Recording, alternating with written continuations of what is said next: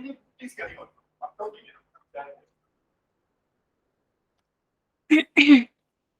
Good afternoon, everyone. I'm Neeta Singh, Assistant Professor in the Department of Philosophy and Religion, BHU. And I welcome you all in this second session of the 7-day workshop on a Buddhist text, Abhidhammatthasan gaha. And this is the second day of our 7-day workshop. And we are going to study today the 5th chapter of this text and part 1. The very title of this chapter is Vithi Mutta Sangaha Vibhago.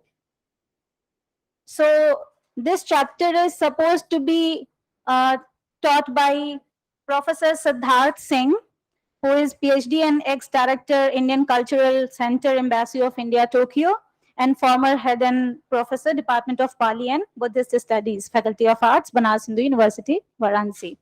So I welcome you, sir, in this second day of 7-day workshop.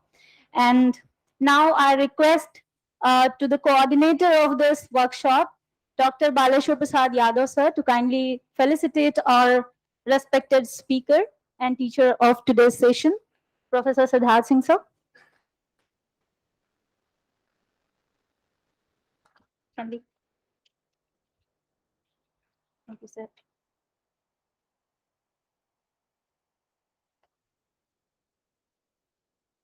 You're welcome, sir. Samma sambuddham matulam sasaddham garuttamam abhivadiya bhasisam abhidhammatthasan gaha.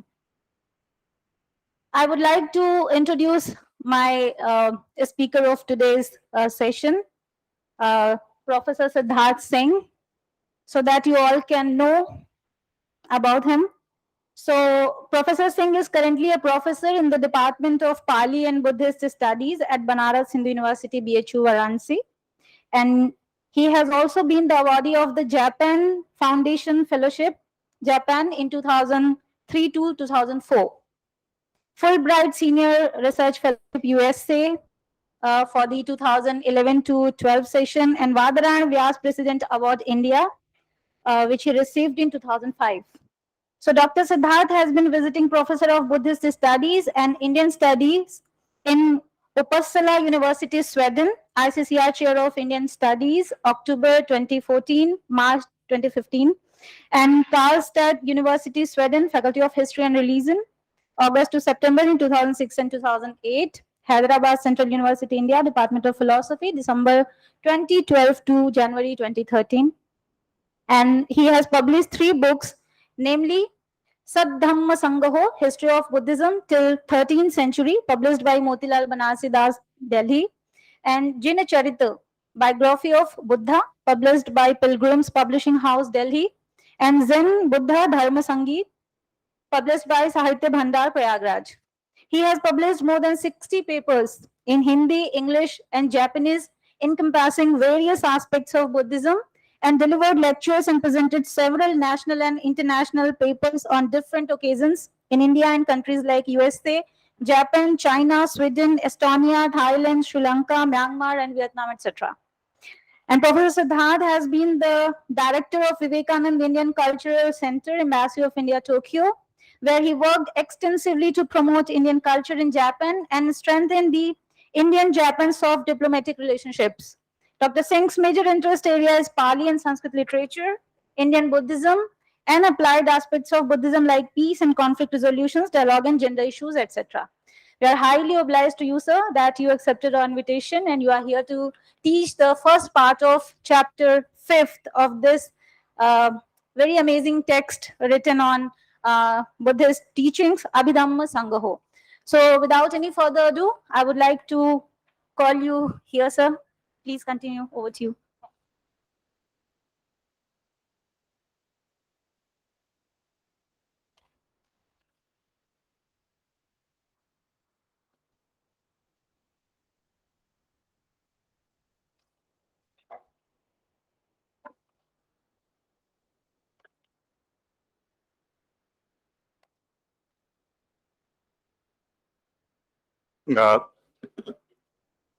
Good afternoon, everyone. Namaste to all of you. thanks to Dr. Niti Singh for a very generous introduction of me. I'm grateful to the Department of Philosophy and Religion for giving me this opportunity. And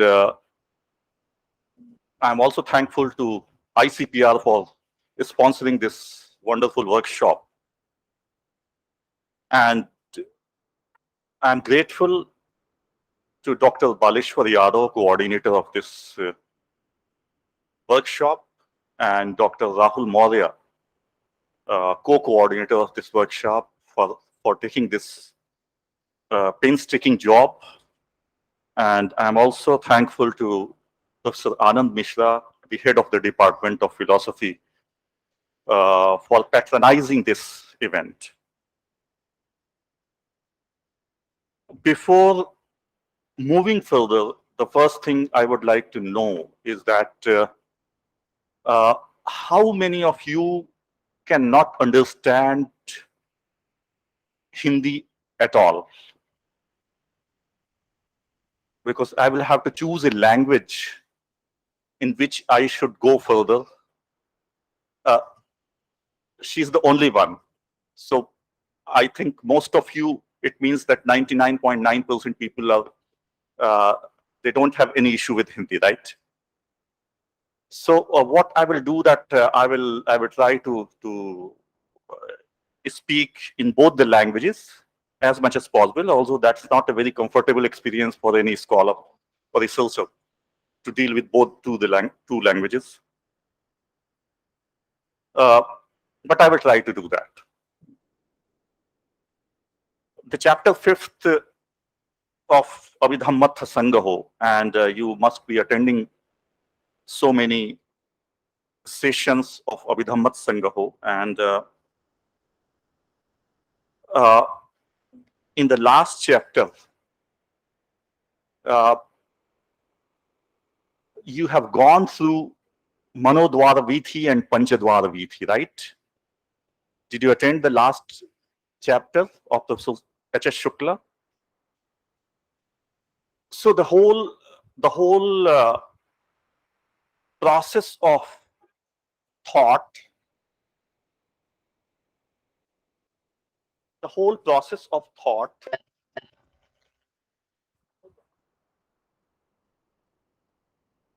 in Buddhist philosophy is elaborated into the form of two pathways. Panchadwara Vithi, how do we observe, we get the knowledge of something which is before our sense faculties, and then how we perceive by our mind to something. So that part is already covered in your last chapter. This chapter is mainly focused on Buddhist cosmology and karma and rebirth.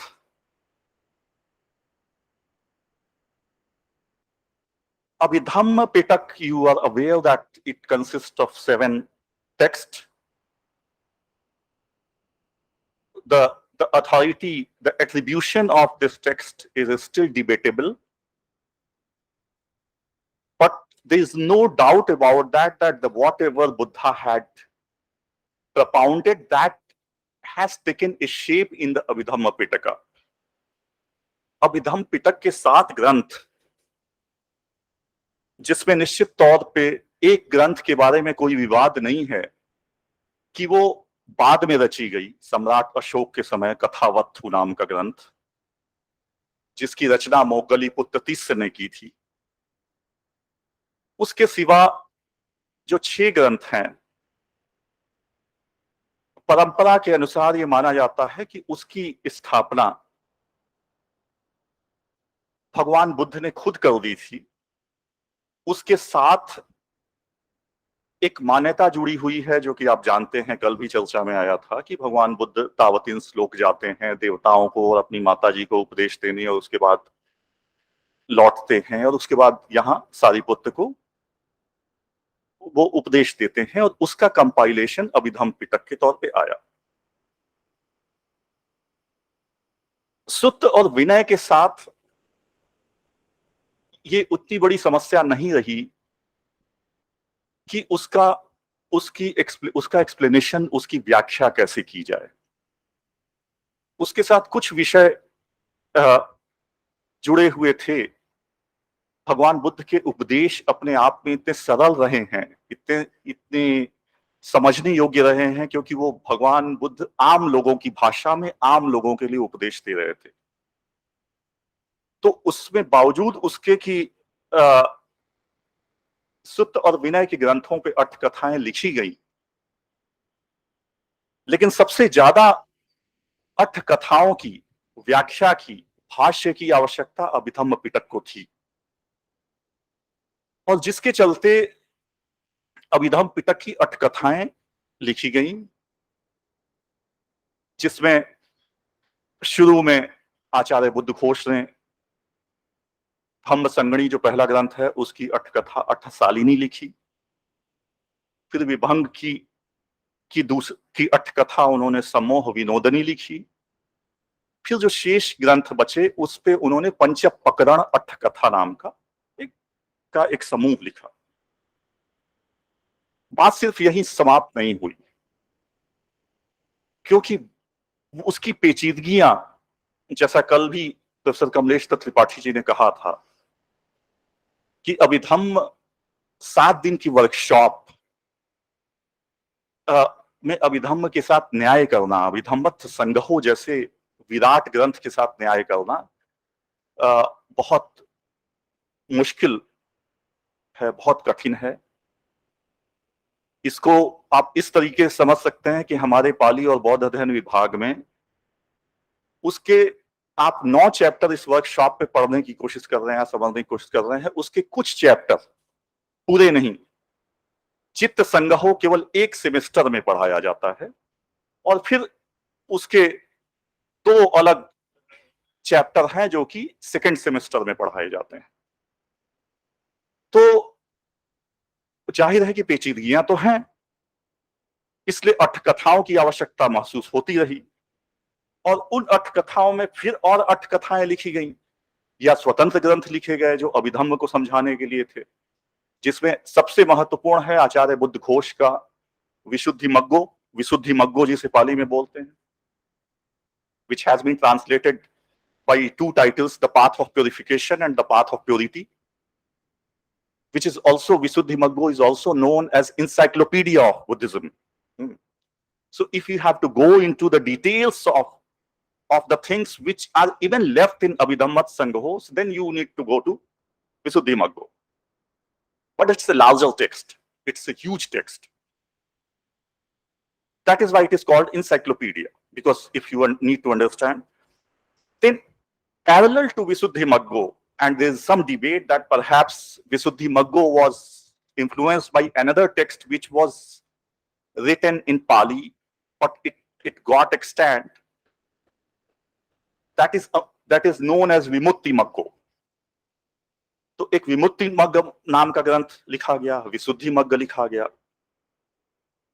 फिर अभिधम्म को और explain करने के लिए अभिधम्मावतार लिखा गया, नाम रूप परिच्छेदो नाम का ग्रंथ लिखा गया,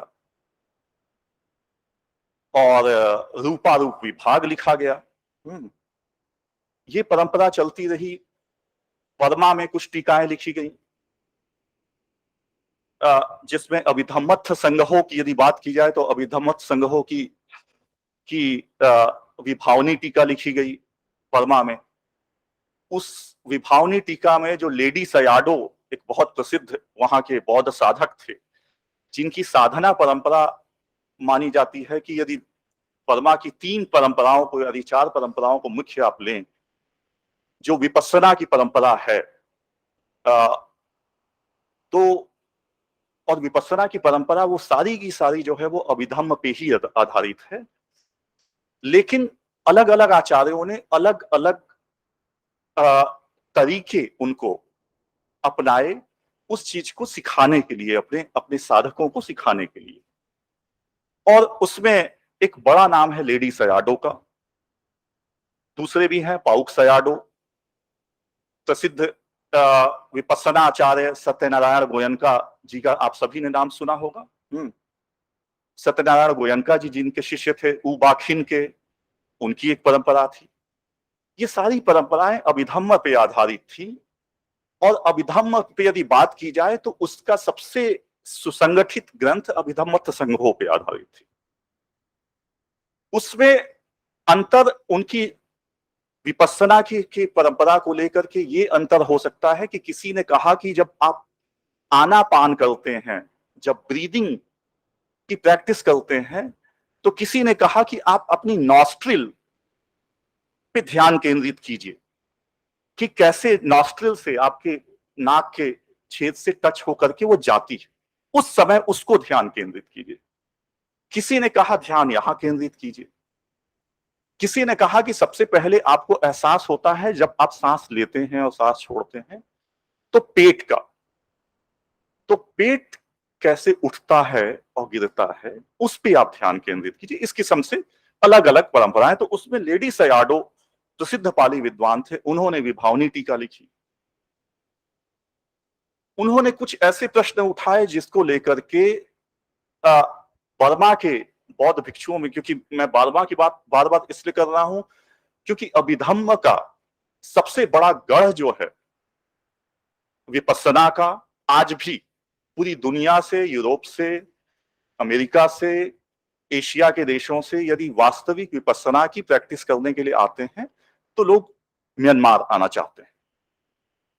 म्यांमार में अभी भी ऐसे ऐसे स्थान हैं, ऐसी गुफाएं हैं जहां की पारंपरिक पद्धति से विपස්සना की जा रही है। पाली की परंपरा, अभिधम्म की परंपरा भी सबसे सुदृढ़ कही जा सकती है जो बर्मा में रही। उसके सिवा श्रीलंका है, श्रीलंका में बहुत प्रमुख रही। श्रीलंका में भी विपස්සना की बहुत बड़ी परंपरा है। आप जानते हैं कल भिक्षु जगदीश काश्यप जी का नाम आया, महापंडित राहुल सांकृत्यायन जी का नाम आप लोग जानते होंगे, भदंत आनंद कौशल्यायन का नाम, जो त्रिमूर्ति कहे जाते हैं आजादी के बाद, जिन्होंने पाली या बौद्ध परंपरा को पूरी भारत में विख्यात किया। ये तीनों के तीनों श्रीलंका एक साथ गए थे। उनके साथ एक और गए थे बाबा नागार्जुन, जिन्हें हिंदी के का एक महान कवि के तौर पे हम लोग जानते हैं। चारों ने अपनी अपनी राह पकड़ी और अपने अपने ढंग से ज्ञान को, नॉलेज को योगदान किया।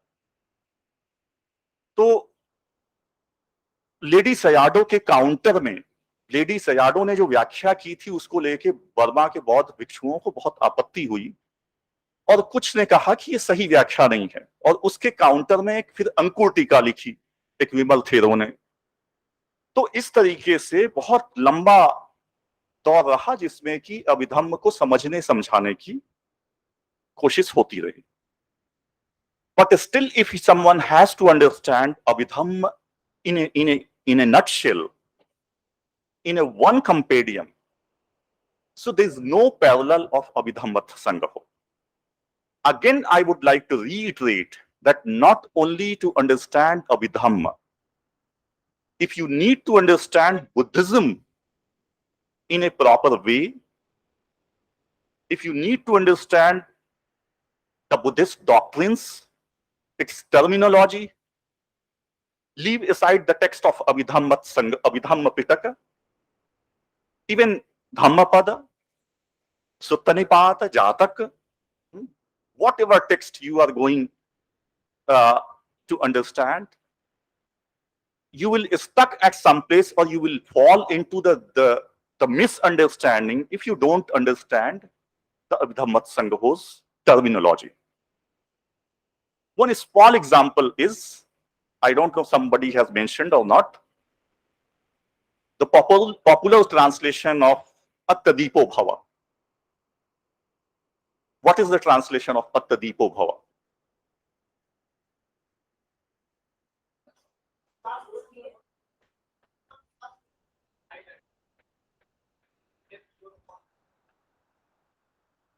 How many are in favor of the meaning of Deep is light?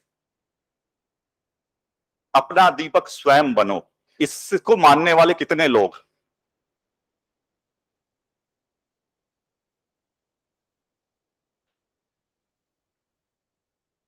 Okay, some people are shy. I know that most of you believe that you yeah. So that the deep in Atthakatha is translated as island. That young man is right. Hmm. It was never translated. It didn't mean light. It had the meaning of island. And thanks to Atthakathas, that this Samuddam Viyapatitham Katva,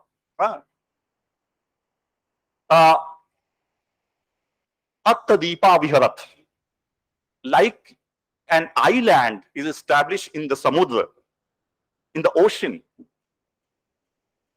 You take the refuge on that island. So be your island. Had we not received the Atthakathas, we would never have understood this word. तब light ही चलता रहता, अभी भी चल रहा है, पूरे देश में चल रहा है. बड़े बड़े मंत्री, कुलपति, सारे के सारे अपना प्रकाश स्वयं. प्रकाश के साथ एक टेक्निकलिटी है, उस पर हम कभी और बात कर सकते हैं. प्रकाश में कोई ऐसी दिक्कत नहीं है, लेकिन एक बड़ी फिलोसॉफिकल प्रॉब्लम है जो कि बुद्धिज्म से मैच नहीं करती, जो बुद्धिज्म की फिलॉसफी से उसका सामने बैठता नहीं. ऑफ कोर्स दीप का मतलब लाइट होता है, पाली में भी होता है, प्रदीप भी इस्तेमाल हुआ है, दीप भी हुआ है, but in a particular text, in a particular context, how Atthakathas have paved the way of understanding Buddhism in a proper way, that is very important. इस छोटी सी भूमिका के साथ इस चैप्टर पे आते हैं. इस चैप्टर के लिए मुझे 2 क्लास दिए गए हैं. मुझे नहीं पता 2 क्लास कम होगा या ज्यादा होगा. जहां खत्म हो जाएगा मान लीजिए कि समाप्ति हो गई. कर्म से मैंने बात की थी, Buddhist cosmology. It talks of the cosmology. The cosmology means the planes of existence. How many generally in Buddhism में लेकर के एक कॉन्सेप्ट है जो बहुत सारे लोगों को बड़ा हर्ट करता है कि साहब जब आत्मा को नहीं मानते तो रीबर्थ कैसे मानते. और ये एक दार्शनिक प्रॉब्लम है, एक दार्शनिक समस्या.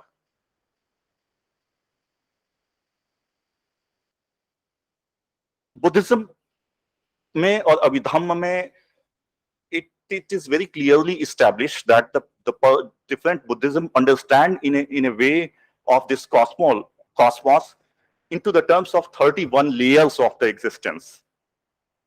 31 प्रकार के लोक बताए गए हैं, उस पे मैं बाद में आऊंगा. लेकिन उन लोकों में कर्म के अनुसार आपका जन्म होता है. मैं बहुत बेसिक एलिमेंट से शुरू कर रहा हूं. I know that some of you are already student of Pali and you know that, but I am focusing on those who don't understand Abhidhamma properly और who do not have a very deeper understanding of Buddhism. And karma is the central philosophy in terms to understand, in order to understand Buddhist ethics. Of course, in entire Indian philosophy, karma is very important. It is understood in Jainism, in Sanatan Parampara and all. But in Sanatan Parampara, in Vedic tradition, karma is not the only thing. There are so many other factors out there. If you go through Mahabharata, Karna ko shap diya. There is no concept of the sharp curse. Like your karma is not under the control or what you reap, how do you reap the fruits of your karma is not under the control of somebody else according to Buddhism. वैदिक परंपरा में है, दुर्वासा मुनि गुस्सा हो गए, उन्होंने शाप दे दिया, वो फलीभूत हो गया. कर्ण को तो बेचारे को कितने शाप मिले थे, रश्मि रथी पढ़िए तो समझ में आ जाएगा. सब छिन गया उस व्यक्ति का केवल शाप के चक्कर में, कुछ दान के चक्कर में, कुछ शाप के चक्कर में। तो अब यहां कर्ण का कर्म गवर्न नहीं कर रहा है, किसी और का शाप गवर्न कर रहा है उसका भाग्य। Buddhism doesn't give that place to anybody else. Buddhism gives the entire importance to the karma. The karma is so many ways. It is defined in Pali literature in different ways, emphasizing its importance. For example, kammana vattati loko kammana vattati paja. Kamma nibandhana satta ratha sani vayayeto. व्यक्ति इंसान कर्मों से बधा हुआ है। कर्म निबंधना सत्ता, कर्मस्य का कम्मना वत्तति लोको कम्मना वत्तति प्रजा। सारे के सारे नटशेल में है। या यदि धम्मपद की बात की जाए, नेव पिता पुत्रस्य कम्मेन गच्छति न पुत्रो पितु कम्मेन। इंपॉर्टेंट बात है। हम सामान्य परंपरा में बोलते हैं कोई व्यक्ति को कष्ट हो रहा है तो उसके पिता ने मान लीजिए गलत काम किया हो तो हम बोलते हैं कि अपने पिता के कर्मों की सजा भुगत रहा है। Buddhism doesn't give that place. In Buddhism, you are reaping the fruits of your own action. जब कम्मना वत्तति लोको बोल रहे हैं, कम्मना वत्तति प्रजा, तो सारे के सारे यह लोक यह प्रजा कर्म से बधी हुई है। कर्म व्यक्ति का उसी प्रकार पीछा करता है जैसे कि है किसी बैलगाड़ी का रथ साणी बजाए, तो रथ का जैसे पहिया रथ का पीछा करता है वैसे ही आपका कर्म पीछा करता है। तो this no remedy of that. Whatever you do you may get the fruits of that.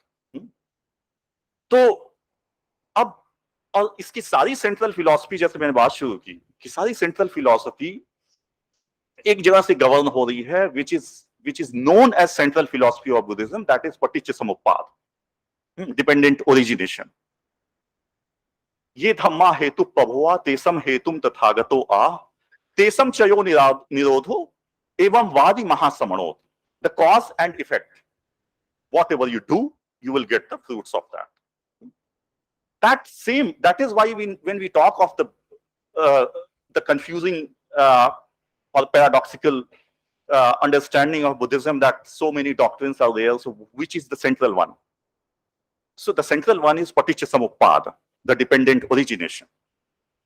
And the entire edifice of Buddhism, the Buddhist doctrines or Buddhist philosophical development is erected on the basis of पटिच्च समुप्पाद। यहां तक कि शून्यता के concept का development भी बाबा आचार्य नागार्जुन का जो हुआ वो उसी पे बेस था। अनात्म की अवधारणा, अनीश्वरवाद की अवधारणा वगैरह वगैरह सारी चीजें वहीं से निकली और वहीं से निकला कर्म। तो जब कर्म सबसे इंपॉर्टेंट हो गया तो जाहिर है कि आपकी जाति जो है वो, आपका जन्म जो है वो गौण हो गया। क्योंकि फिर जो फिलॉसफी कर्म में विश्वास करेगी वो फिलॉसफी फिर आपके ब्राह्मण, क्षत्रिय, वैश्य, शूद्र होने में विश्वास नहीं कर सकती। ये एक पैराडॉक्सिकल हो जाएगा। तो फिर बुद्ध बोलते हैं न जच्चा वसलो होती न जच्चा होती ब्राह्मणों, कमुना वसलो होती कमुना होती ब्राह्मणों। न जन्म से व्यक्ति नीच होता है न जन्म से व्यक्ति श्रेष्ठ होता है। कर्म से ही व्यक्ति श्रेष्ठ होता है और कर्म से ही व्यक्ति नीच होता है। जब जब बुद्ध के सामने ये चुनौतियां आई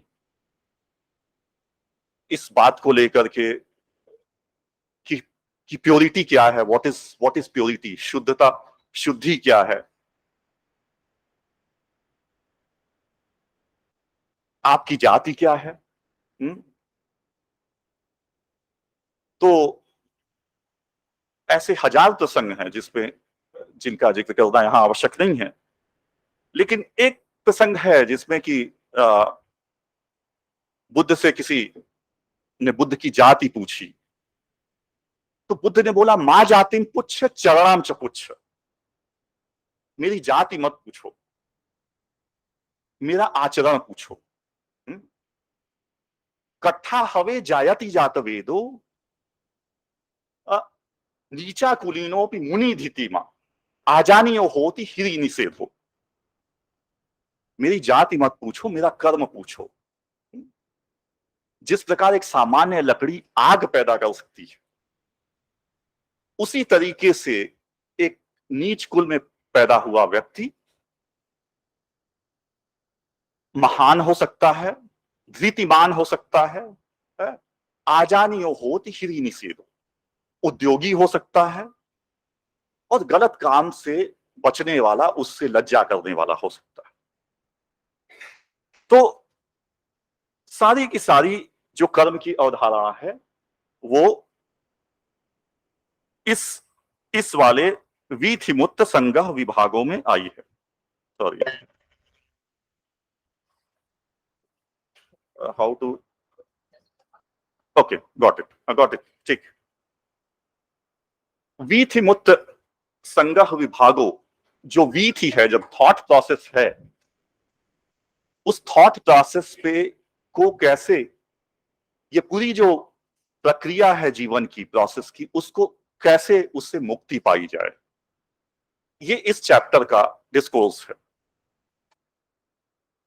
इस चैप्टर में पहली गाथा में I will not go line by line because it is not possible. Either you can understand the translation or you can understand the philosophy. I'm focusing on the philosophy, not translating it line by line, because that is of no value. Especially in order to understand Abhidhamma, translation has very little value. The basic understanding is that because all the words are extremely pregnant in the Abhidhamma terminology. You will have to understand those pregnant words with its elaboration. तो the life process explain किया गया है पहले, और अब ये कह रहे हैं कि वीथि चित्त वसेन एवं, according to as per वीथि चित्त, as per the thought process, पवत्यम उद्धृत करना, उसकी प्रवृत्ति को पहले ही उद्धृत किया जा चुका है। That is already explained. Now पवत्ति संगहो नाम संधियम दानी वच्यते। Now the summary of the procedure of the rebirth will be told.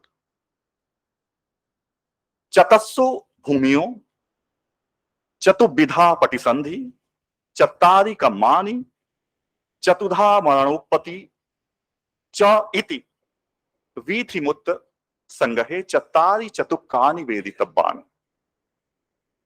4 planes of existence, 4 modes of rebirth, 4 kinds of action, and 4-fold advent of death. These 4 sets of 4 elements are explained in this chapter. 4 भूमि, 4 प्रतिसंधि, 4 कर्म, 4 मृत्यु के कारण या मृत्यु का प्रारंभ।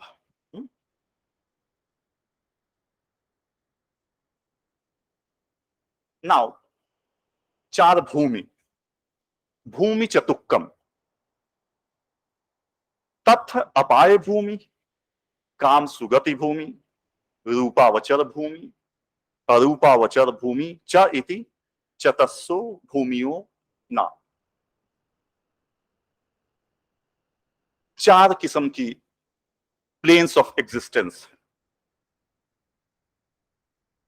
अभिधम्म में 4 अभिधम्मत संघों में 4 किया गया है, लेकिन आगे चल के क्या हुआ था कि अपाय भूमि और काम सुगति भूमि जो पहले 2 हैं, उनको एक प्लेन ऑफ एग्जिस्टेंस माना गया, क्योंकि दोनों जो है वो कामावचर लोक में आपको भोगने होते हैं।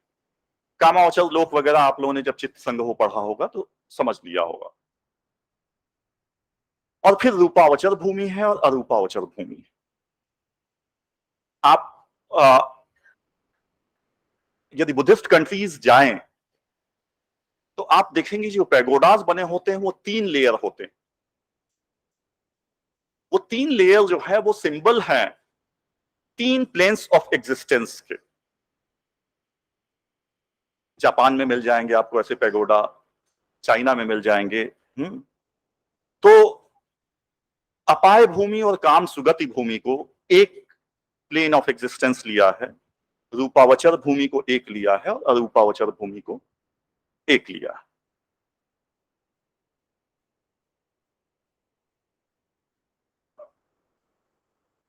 आपके कर्म जिस किस्म के हैं, आपने जैसे कर्म किए हैं उसके अनुसार आप इस कामावचर लोकों में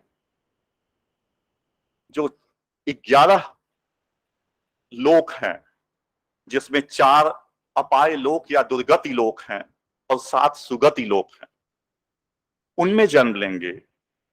या फिर आप साधना के मार्ग पे बढ़ गए हैं और रूपावचर ध्यान की अवस्था में आपकी मृत्यु होती है तो आप रूपावचर लोकों में जन्म लेंगे।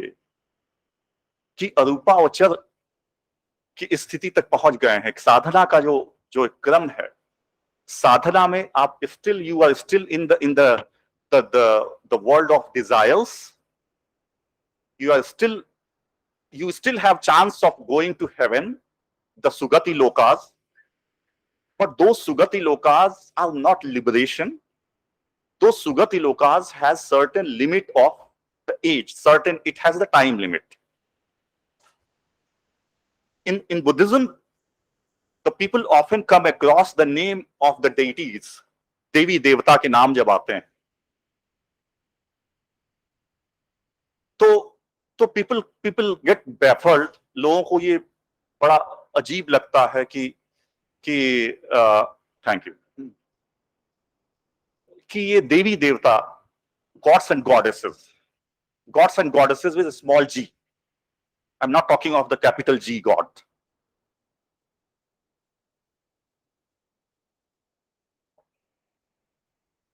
So gods and goddesses in the entire Buddhist pantheon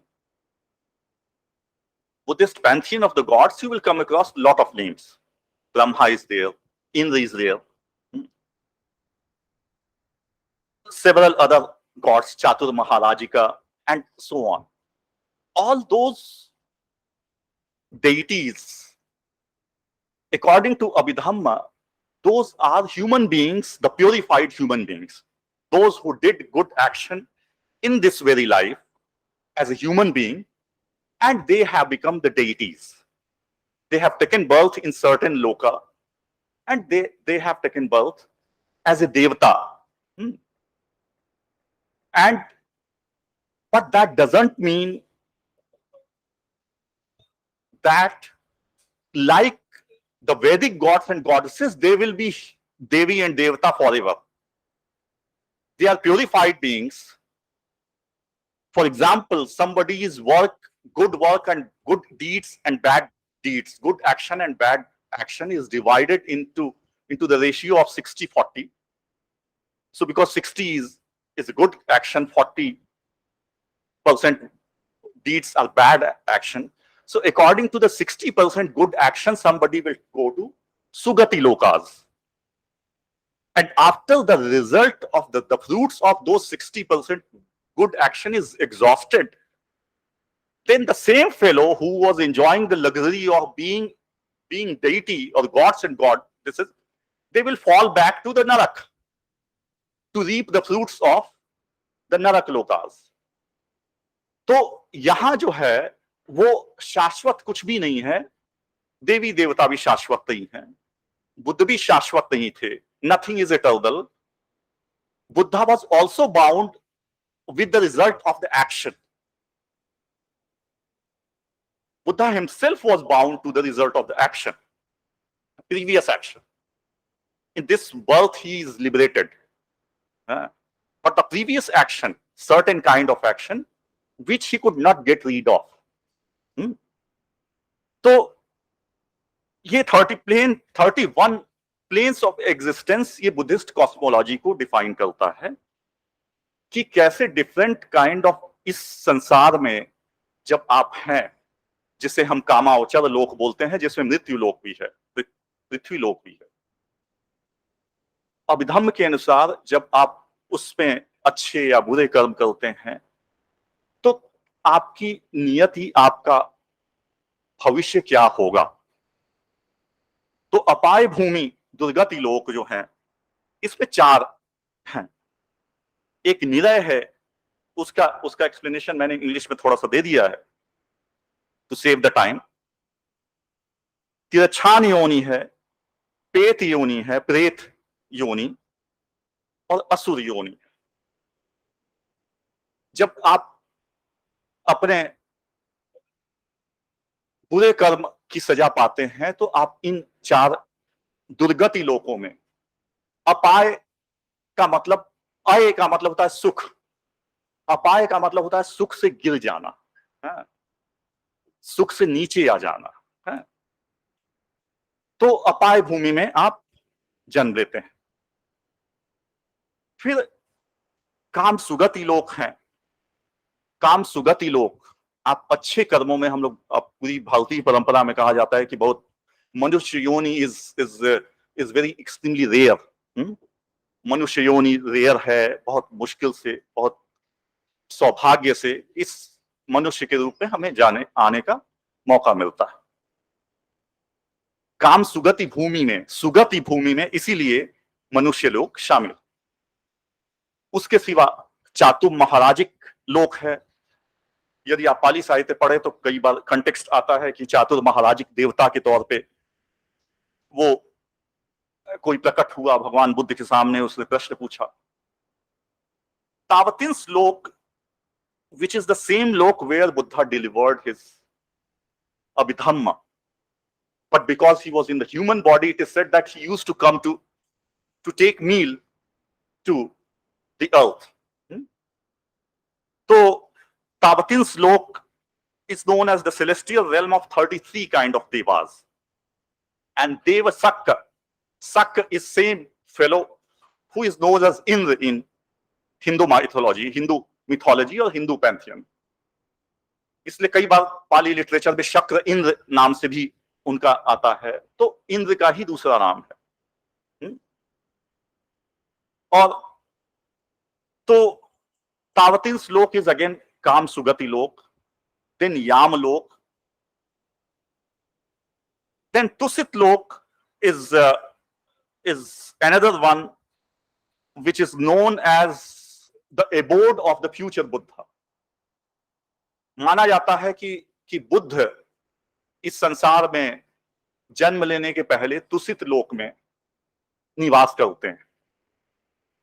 जब 8 कथाओं का बाद में वंश साहित्य का आया और जब एक किस्म से इस्टेब्लिश हो गया कि मैत्रेय नाम के फ्यूचर भविष्य बुद्ध लेंगे जन्म, तो ये माना जाता है कि मैत्रेय भी अभी तुसित लोक में निवास कर रहे हैं और आगे भविष्य में वो इस संसार में सही समय पे आएंगे। फिर निब्बान रति लोक, फिर है परनिमित्त वसवती लोक, और इस किस्म से कुल 7 और 4 मिलाकर के काम सुगति लोक और दुर्गति लोक मिलाकर के काम लोक कहलाते हैं, जो पहला प्लेन्स ऑफ एग्जिस्टेंस। इन में जन्म लेना इस संसार में सामान्य व्यक्ति के, जो कि साधना के रास्ते पे आगे नहीं बढ़ा है, जिसने बुद्धिज्म बौद्ध धर्म की रूपावचल साधना और अरूपावचल साधना या आगे लोकोत्तर साधना के रास्ते पे नहीं गया है और इसी संसार में वो रह करके जीवन बिता रहा है और अच्छे बुरे कर्म कर रहा है। और अच्छे बुरे कर्म की डेफिनेशन बहुत सीधी है कि उसके पीछे उसके डिजायर्स, उसकी तृष्णाएं विद्यमान है। कुशल और अकुशल कर्म जिसे कहा गया है अभिधम्म में। रोचक बात यह है कि पाप पुण्य के बजाय भगवान बुद्ध ने कुशल और अकुशल शब्द का इस्तेमाल किया है। कुशल बड़ा रोचक शब्द है। Skill, skill is something which can be learn और अनलर्न। पाप एंड पुण्य has some sort of eternal value. हम जब भारत चीन का कंपैरिजन करते हैं पॉलिटिकली, तो एक बड़ा मुद्दा आता है कि भारत में हमारे पास स्किल्ड लोग नहीं है, चीन के पास स्किल्ड है। जापान ने अभी भारत से करीब, जहां तक मुझे याद है एम्बेसी में मैं डील करता था, कोई उनको 3.5 लाख स्किल्ड लोगों की जरूरत है जापान को। जैसा कि आप जानते हैं जापान में जनसंख्या कम हो रही है, वृद्धों की संख्या बहुत ज्यादा है, नौजवानों की और बच्चों की संख्या बहुत कम है। ये सबसे बड़ी जापान की सामाजिक सोशल प्रॉब्लम है। शादी नहीं करते, बच्चे नहीं होते, शादी होती भी है या रह भी रहे हैं तो बच्चे नहीं होते। तो एक सिचुएशन आ गई है कि जापान की society it has the possibility of going down because it doesn't have the young blood.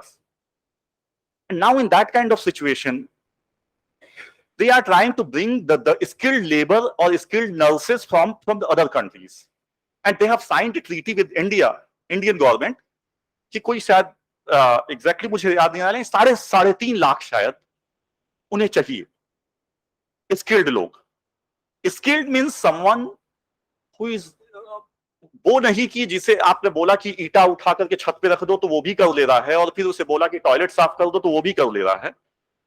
The person who has the skill of operating any kind of device, any kind of manufacturing machine, any kind of, the nurses are skilled people.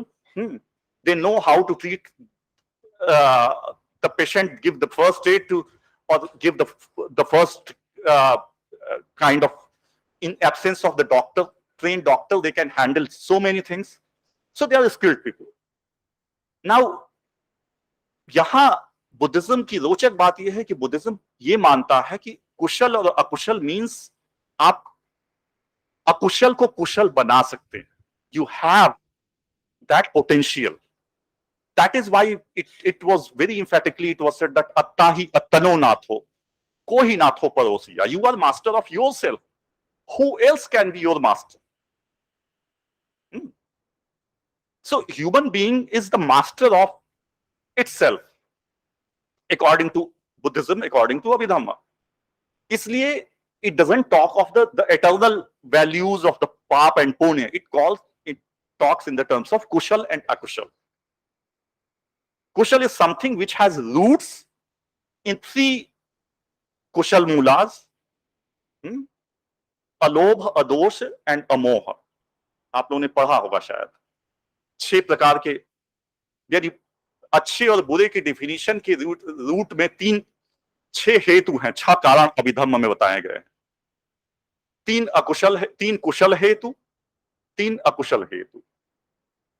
अकुशल हेतु लोभ, द्वेष, मोह, greed, hatred and ignorance.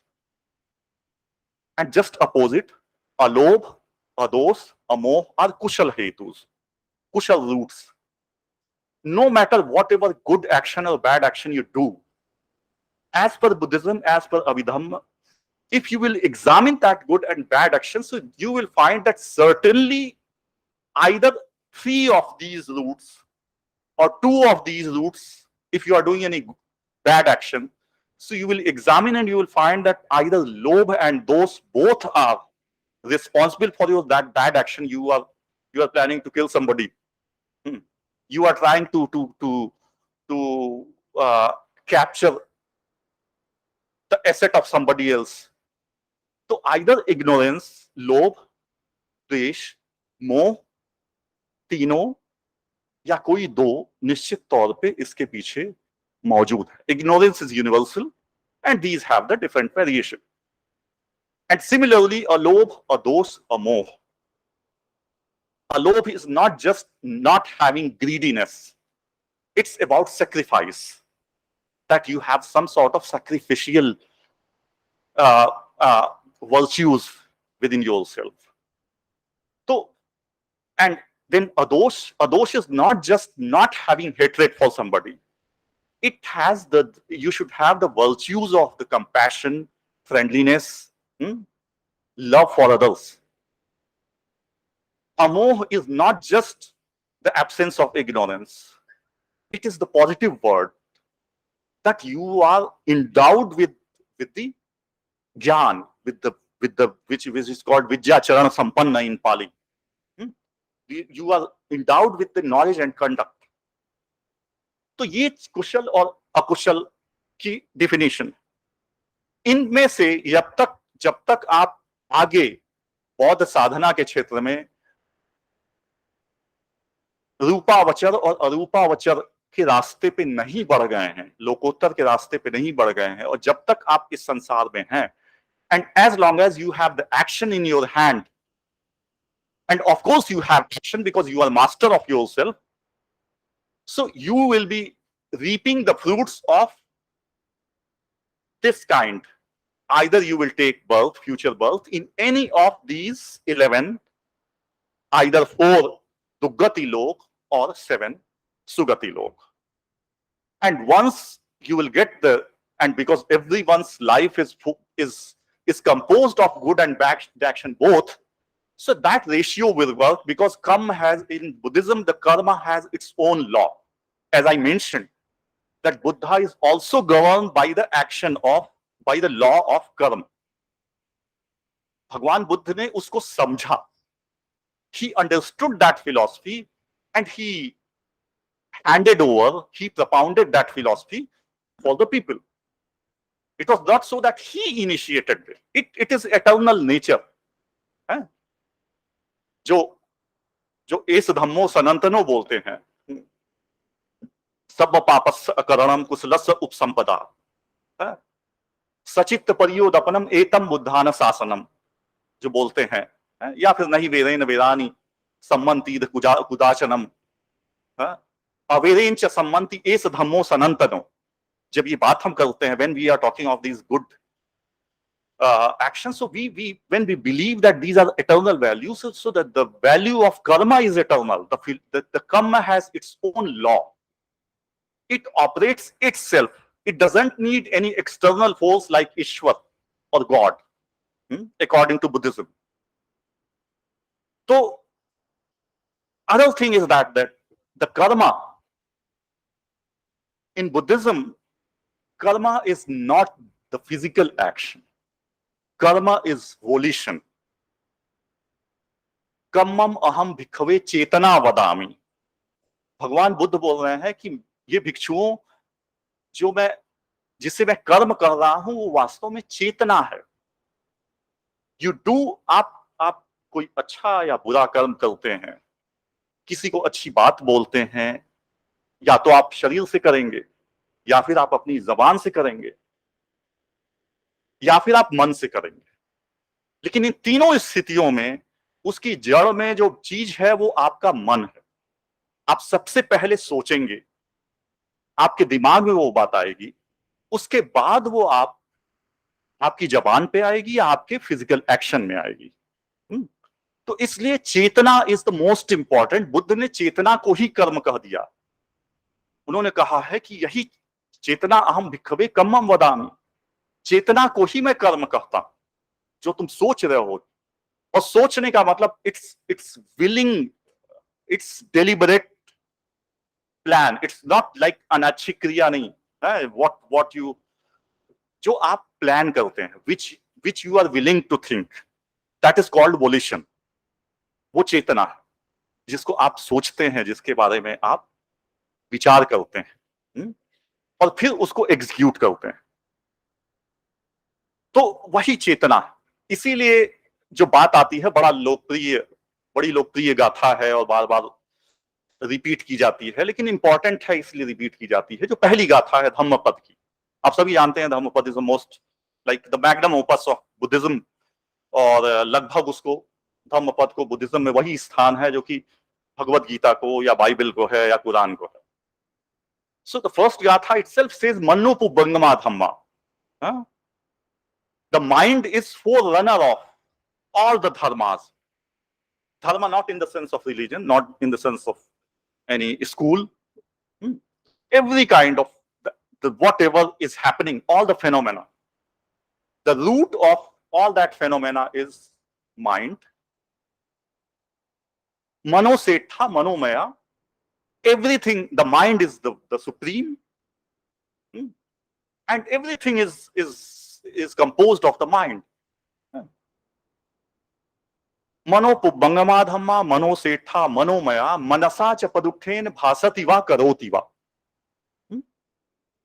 When you speak or do any action by the evil mind, by the polluted mind, then आपका दुख वैसे ही पीछा कर ततोनम दुखम अन्वेति चक्कम व वहतो पदम. तो आपका दुख वैसे ही पीछा करती है जैसे कि बैलगाड़ी का चक्का बैलगाड़ी का पीछा करता है. तो कर्म चेतना है. You are master of yourself. These things are settled now. Now you are master, but are you also slave of your action? Master होना एक चीज है. Are you also slave of your action? If you are slave of your action, that means you don't have anything in your hand.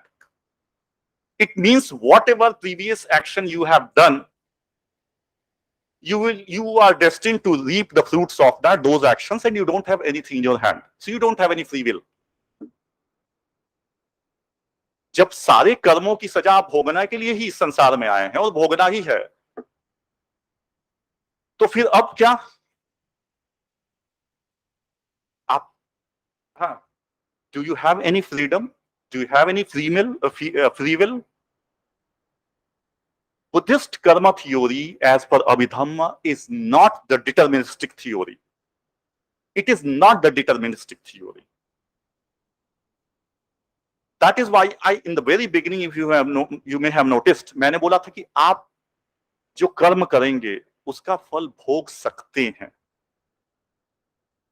भोग सकते हैं means you always have the potential to dilute the bad or good fruits of your previous action. Therefore, Buddhist karma theory is not deterministic. Buddha एक उदाहरण से बोलते हैं उसे उत्तर निकाय में कि if you take the lump of एक नमक का टुकड़ा लिया, एक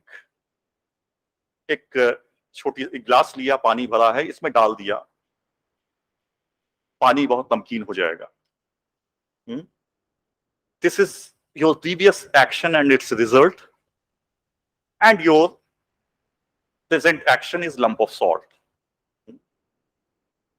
If you take the same amount of lump of salt, एक वही नमक का ढेला लिया, टुकड़ा लिया और एक बड़ी बाल्टी में डाल दिया, तो you will hardly perceive, आप उसका स्वाद मुश्किल से आपको उसकी नमकीन स्वाद मुश्किल से आएगा. और यदि आप बहुत बड़े स्विमिंग पूल में फॉर एग्जांपल डाल दीजिए, it is negligible, it is insignificant. So the lump of salt, the simile of the lump of salt is your present action. Still you have your action, your free will in your hands, so that you could either dilute the result of your previous action. So it is not just for the future birth. Within this life, you have that potential to modify your life. It's very scientific, and it gives the full potential, full power in your own hand. कि अभी भी कुछ नहीं बिगड़ा है, अभी भी आपके हाथ में है कि how you can correct your life, and you you can fix a new path. Whatever happened, happened. You still have possibility to modify the previous things and you can lead the path. Modify or perish. आप उसे बर्बाद कर सकते हैं. आपने बहुत अच्छे किए, आपने किए हैं, जिसमें देवदत्त का उदाहरण मिलता है. मैं अगली क्लास में, मुझे लग रहा है मेरा समय हो गया. देवदत्त का उदाहरण बहुत अच्छा एग्जाम्पल है. Devdutt was born in a royal family. It was his previous action, and so on. We will discuss in the next class. Okay. So okay. Let me see. I don't know. In the next class, it would be completed, but you will get a glimpse. You see, Abhidhamma is not to understand like mathematics. आपको 31 श्लोक याद हो या ना हो, मुझे भी नहीं याद. It's not about that. It's about understanding कि पूरी फिलॉसफी सोच क्या स्थापनाएं करती है. जब कर्म को बता रही है, वो किसी गॉड को बता रही है. मान लीजिए किसी देवी देवता को बता रही है. भगवान की बात आती है, बुद्ध को भगवान क्यों कहा जाता है? एक आक्षेप कि साहब बुद्ध तो अनिश्वरवादी थे, बुद्ध को भगवान क्यों कहते हैं? ये तो आपका दोष है. तो दोष नहीं है. Bhagavan is well defined in Visuddhimagga in a very proper way that what does it mean. तो Abhidhamma is about understanding the whole concept of philosophy. If you remember the 89 kind of, मैं 4 साल में अभिधम्मत्थ संघ पढ़ाता था पूरे साल भर. 4 साल जापान में रह गया. अब 89 चित्त मुझे नहीं याद आते हैं, अब भूल गया है. अब इतनी बड़ी मैथमेटिक्स है, कहाँ याद रहेगी? फिर अब पढ़ा रहा हूं, फिर याद हो जाएगी 1-2 साल में. So it's not about the memorizing the counting. It's more about understanding that how the karma and rebirth and its entire cosmology is explained in the 5th chapter of Abhidhammatthasan gaha. Then you will have better understanding of because the sutta and vinaya in the way karma is explained, that is in the process of the dialogue. वो संवाद के क्रम में भगवान बुद्ध कहीं कुछ बोल दे रहे हैं, कहीं कुछ बोल दे रहे हैं. लेकिन अभिधम्म की सबसे बड़ा जो योगदान था, उसने उसको पूरा कंसोलिडेट करके एक पैटर्न सेट किया. It gave U a vision कि वो जो पैराडॉक्सेस, जो कंट्राडिक्शंस दिखाई पड़ते हैं बुद्धिज्म के, वो कंट्राडिक्शन वास्तव में है या it is our ignorance. If you don't understand Abhidhamma properly, you will always fall into in the ignorance. You will always fall into the wrong understanding of Buddhism because you have not gone through the proper channel of Abhidhamma. तो इसलिए संख्या याद रहे नहीं, ये important नहीं है. Important ये है कि आप पूरा कॉन्सेप्ट समझें. I will try to cover the entire rest of the things. जो बचे हैं उनको अगले क्लास में कोशिश करूंगा कि कवर कर दें. कल है. Okay, thank you very much.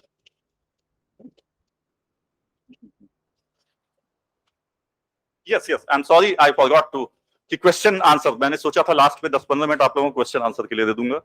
हाँ, तो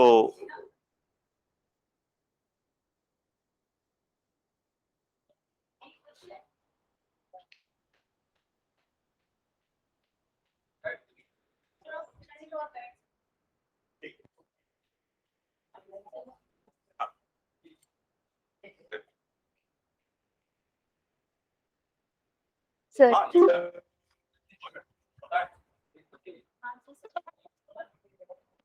thank you बोल दूं सर को. So thank you very much. It was indeed a great lecture.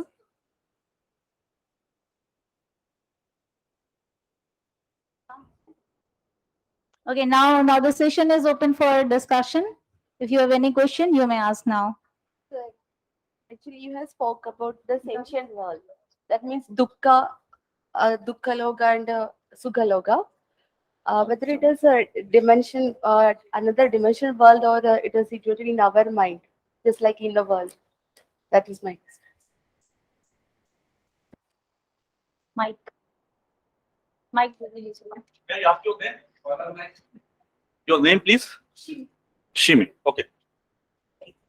Well, Shimi has asked a question that whether these lokas, 31 planes of existence, are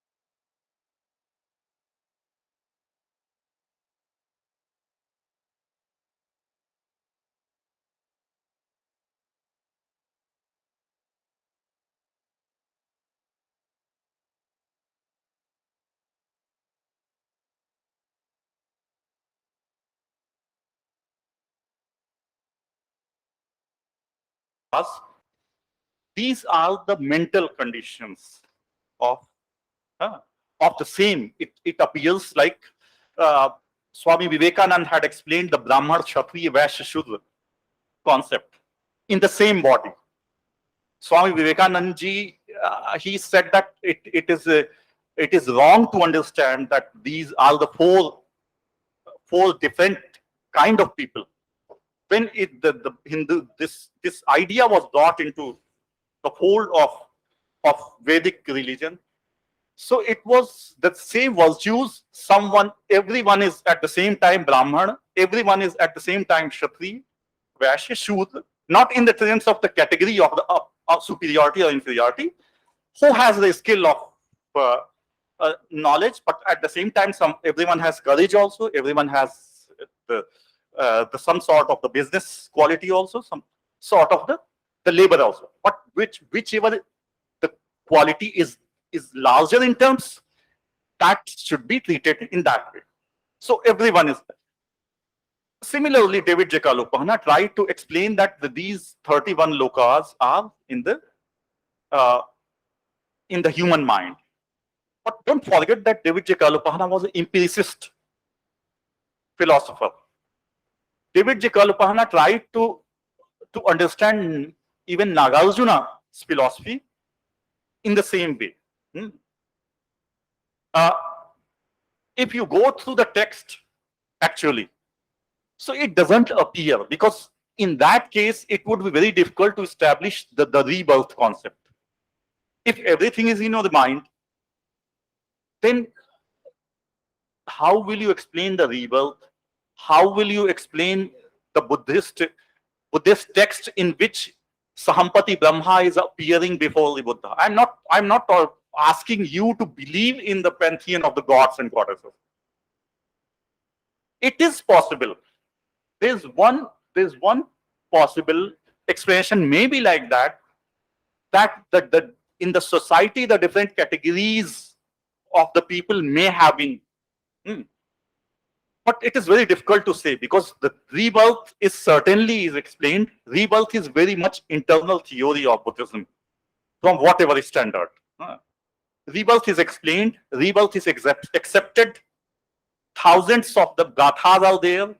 Of course, I am not talking of the Dr. Babasaheb Ambedkar's understanding. That is a different interpretation. Philosophy is always open to understand in different way. Dr. Babasaheb was trying to address a society of India in which during which accepting these 31 planes of existence and rebirth, that was not going to help his people. So Dr. Babasaheb understood in a different way. Nirvana has different interpretation for Dr. Babasaheb Ambedkar. 31 lokas have different interpretation for Dr. Babasaheb Ambedkar. But every philosophy has its time and space. हर देश काल में उसकी, जैसे मैं बोल रहा हूँ कि स्वामी विवेकानंद, अगेन उस पर बहस हो सकती है कि स्वामी विवेकानंद जो एक्सप्लेन कर रहे हैं, क्या वास्तव में वो टैली कर रहा है वैदिक फिलॉसफी से या नहीं कर रहा। लेकिन वो एक इंटरप्रिटेशन, महात्मा गांधी का एक अपना इंटरप्रिटेशन था हिंदुइज्म का, ओशो का एक अपना इंटरप्रिटेशन था, उसी तरीके से कालूपहना का अपना इंटरप्रिटेशन था। लेकिन रिबर्थ थ्योरी को जब तक, as long as you are believing in the rebirth theory, as long as you are accepting Abhidhamma as a part of the Buddha's teaching, you will have to believe that these 31 planes of existence are there. The entire Buddhist iconography are erected on that concept. The mandala की जो है वो है सारा के सारा Japan में, China में जो बनाया जाता है या तिब्बतन परंपरा में तो बहुत ज्यादा है। ये सारा के सारा जो कॉस्मोलॉजी है ये सारी उसी पे बेस्ड है, अभिधम्म के एग्जिस्टेंस पे।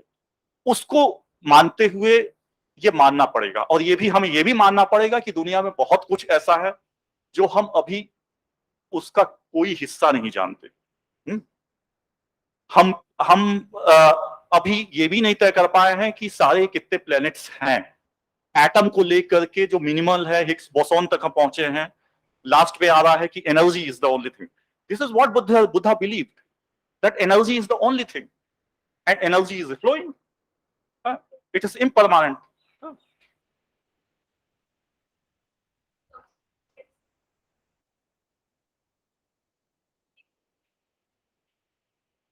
So that in that sense, I was asked you. Anybody else? Any other question? Hello. So my name is Abhinav. I'm a student of philosophy in this very department. Thank you so much for your lecture. So I'm concerned about the genealogy of morale, particularly the genesis of morality.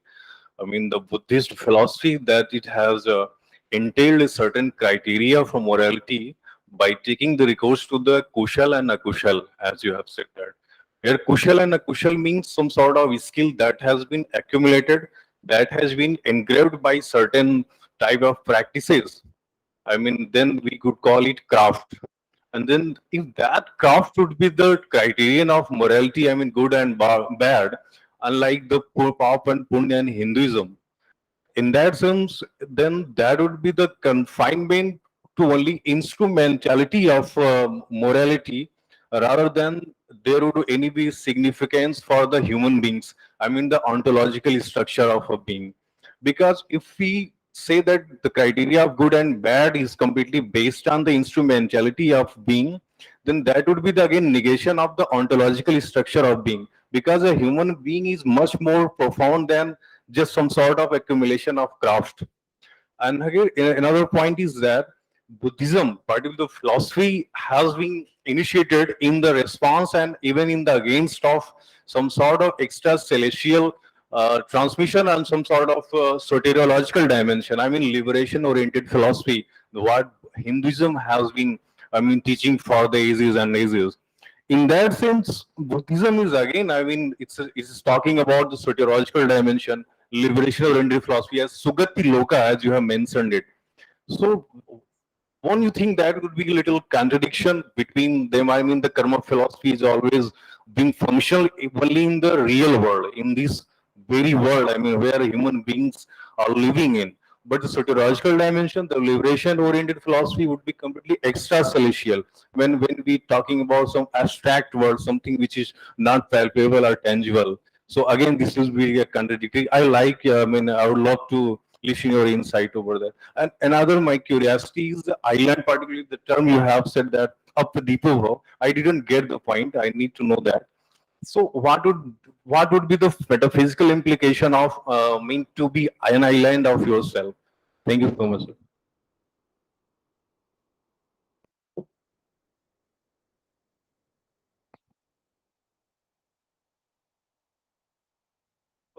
Uh, uh, I forgot your name. Sorry, Abhinav.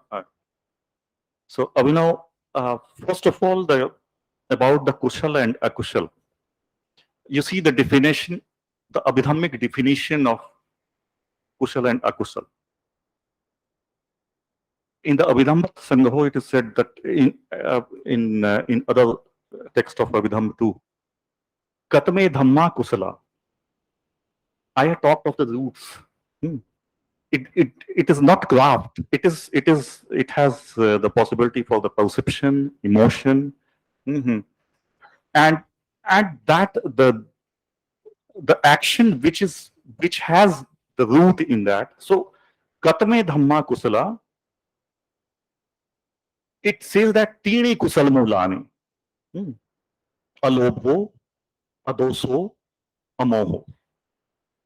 There are three kushal roots. There are three moral roots out there.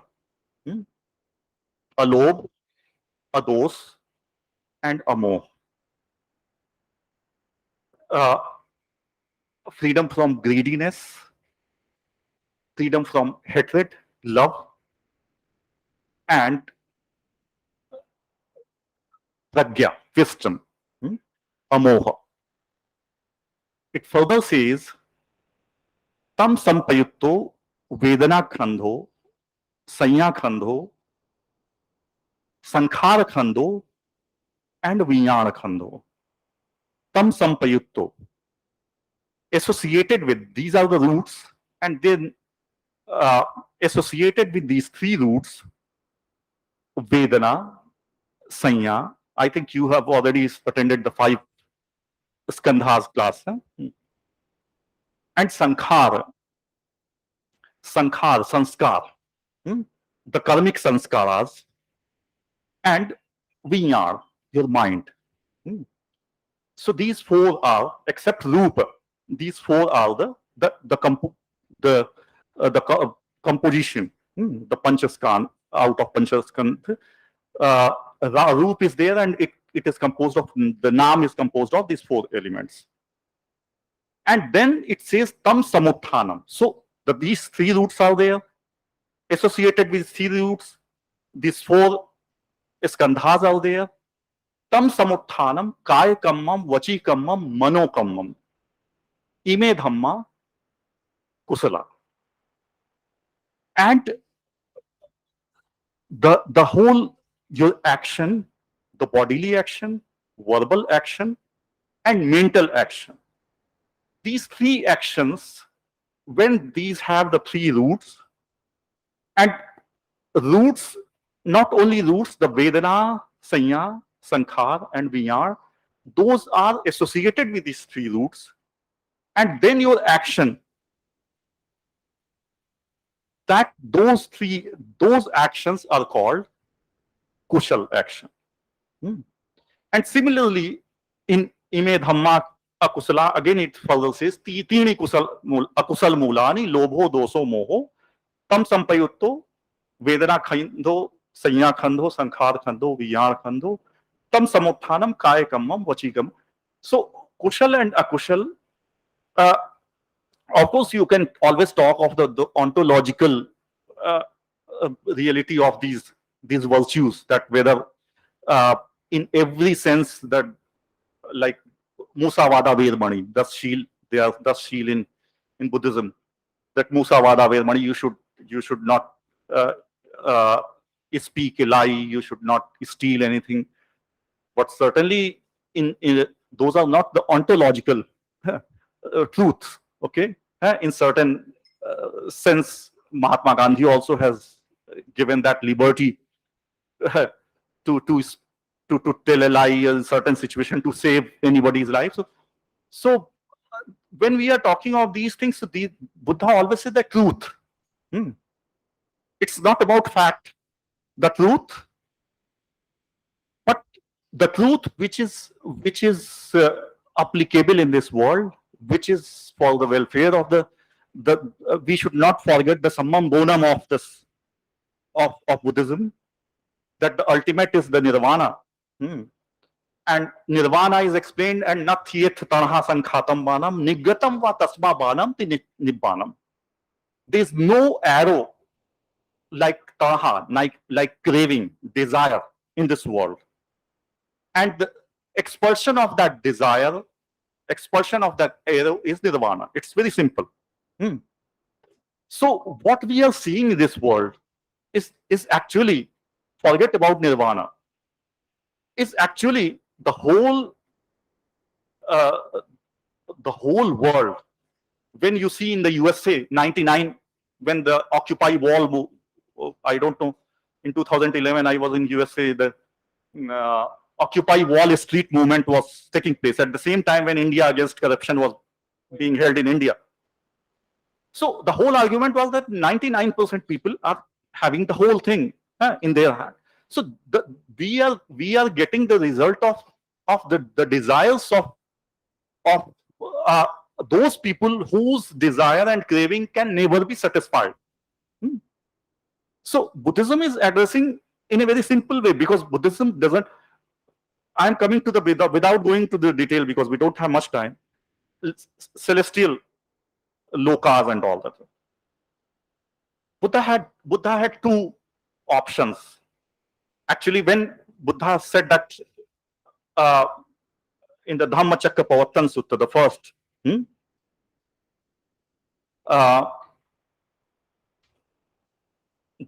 bhikkhave dve anta na sevitabba. These 2 extremes has not to be practiced. Kam sukhalli kanu yoge, attakila mathanu yoge. काम सुखली कानो, यानी आप आराम से अपनी luxury की life जी रहे हैं और साहब यज्ञ कर रहे हैं, हवन पूजन कर रहे हैं और मान रहे हैं कि उससे प्योरिटी मिल जाएगी, उससे शुद्धि मिल जाएगी, है? और आप अच्छे बुरे सारे काम कर रहे हैं। अत कामेषु काम सुखलिकानु योगे, then at kil mathanu yoge, the self tormentation. One philosophy was of the Brahminical tradition, another was of the Shramana tradition, mainly Jainism. Buddhism established that is why it is called middle path. इमे दो अंता नए से भी तब्बा, इन दो extreme को नहीं हमें practice करना है. So when he is establishing the avoiding the two extremes and having the middle path, so in the middle path he had two options: either accepting whatever was happening or falling like lokayatas, falling like charvakas, because it is not possible that you will believe in the morality and immorality of action, but you will not believe in the result of those actions. You will have to, if you have to convey your address to the society कि समाज अच्छे ढंग से काम करे, अच्छा करें, तो उस कर्म का एक तो या तो ये कि इनहेरेंटली करें, है, जो आज का जापान हो गया है, कि मतलब जापान इसलिए बोल रहा हूं क्योंकि जापान की ईमानदारी का ये है कि they are mostly non religious people, they are मुशुक्यो, they registered themselves as a non religious. 70% people are mostly 60-70, but ईमानदारी और कमिटमेंट, पंक्चुअलिटी उनके इनहेरेंटली आ गया है.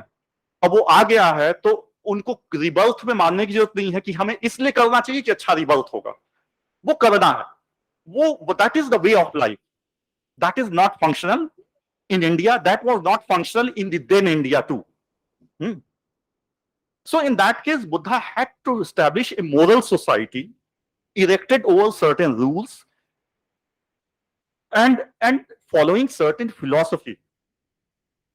As I mentioned, that ye 31 lokas, frankly speaking, these are not mentioned in such a categorical way in the Pali, in the Sutta and Vinaya.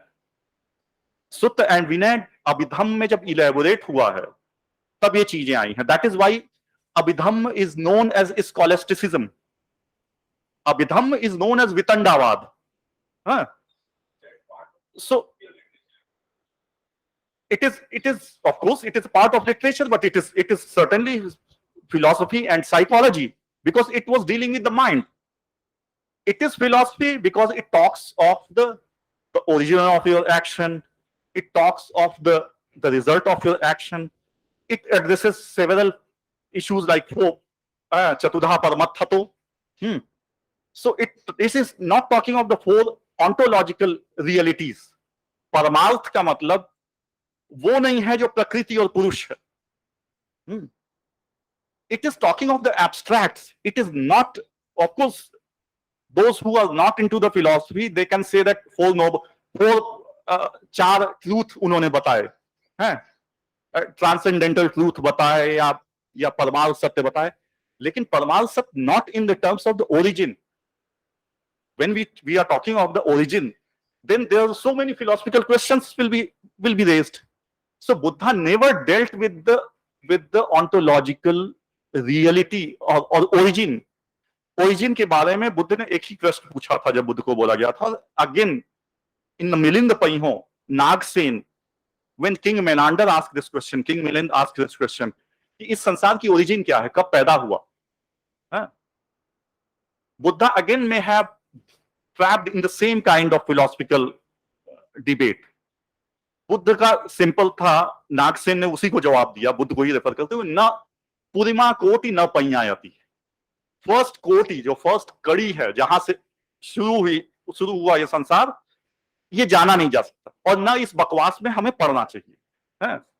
Buddha का बहुत सीधा था, the life, observe the life, what their issues are there, we will have to address. हमें वो दुख है, उस दुख का कारण क्या है, उसका निदान क्या है. It was pure medical science theory. Like a good doctor, आप पहले जाते हैं, सबसे पहले वो देखता है कि रोग है भी कि नहीं है, हैं? यहाँ first you will have to accept that whether दुख is there or not, हैं? Then origin, यदि रोग है तो रोग का कारण क्या है? हैं? आपका लीवर खराब है तो शराब पीने से है कि नॉन अल्कोहलिक लिवर सिरोसिस हो रहा है या any other reason is there, हैं? Then कारण, then do we have the remedy of that? And if we do have the remedy, what are the prescription? So doctor gave the prescription. So the four noble truths are exactly like medical science theory. Full methodology is like that. So Buddha was dealing with these things. But in order to establish the rebirth, he had to, or better to say the Abhidhammic scholasticism had to establish the full methodology that आप जब अच्छा कर्म करेंगे तो जाएंगे कहाँ, तो जाएंगे कैसे, हैं? Everyone could not attain nirvana. So during the रूपावचर ध्यान, for example, you passed away. आप रूपावचर ध्यान की अवस्था में हैं, आपने 70 साल की उस उम्र में शुरू किया, you passed away. You have not attained nirvana, but you are not in the kamavachar, the life of desires also. So what would happen? Your fuels. So that is why the whole theory was established. That story, that the whole theory, like I mentioned, that Kalupahana and some rationalists have raised this question that whether we should accept it or not. ऐसे भी लोग हैं जिन्होंने बोला है कि अभिधर्म ने Buddhism को उसी पुरोहित उसी तरीके से मेंटल इंटैंगलमेंट में उलझा दिया. That is why it was called scholasticism or वितंडावाद, कि उसी में उलझा दिया. But again, forget about all these things. It is always, you cannot deny that to understand Buddhism, Abhidhamma is the only remedy, and especially Abhidhammatthasan gaha is the most important text. Last question तुम्हारा भूल गया मैं. Sir Last question बाद में. अपदीपो भव को अपदीपो भव. Yes. Yeah. अपदीपो भव. Number one, there is no line like अपदीपो भव. पहले तो ये जान लीजिए अपदीपो भव एक गलत लाइन है.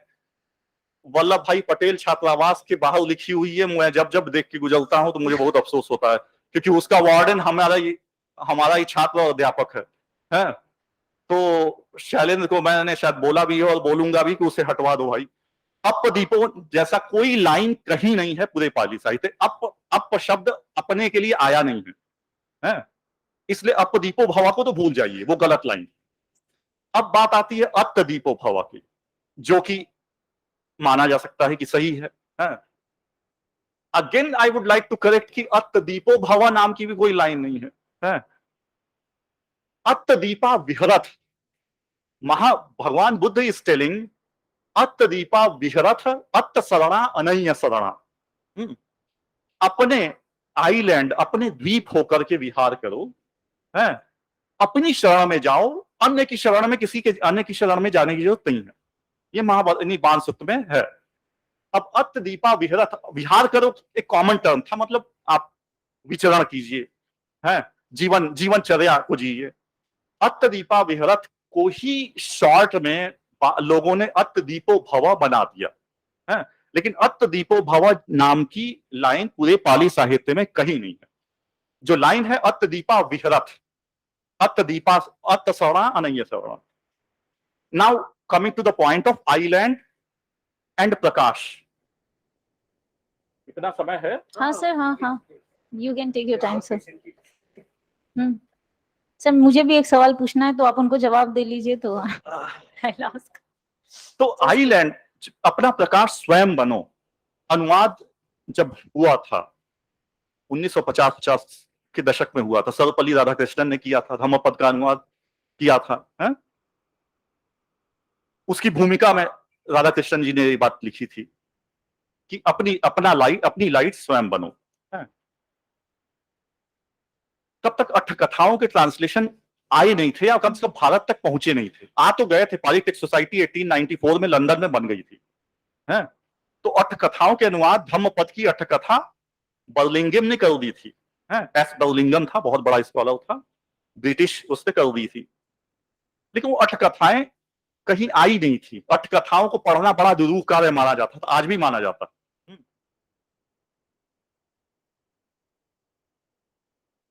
इस दीप शब्द को सारे अनुवादकों ने ले लिया, be the light of yourself, be the light of your self.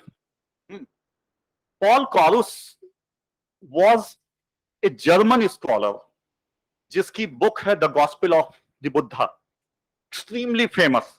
Waste में शायद उससे ज्यादा पॉपुलर कोई बुक नहीं हुई 50s 60s में, the gospel of Buddha. Paul Carus also took the same translation, light, पूरी यूरोप में फैल गया। On the one hand Paul Carus took the term gospel. Gospel is not a term for the Buddhism.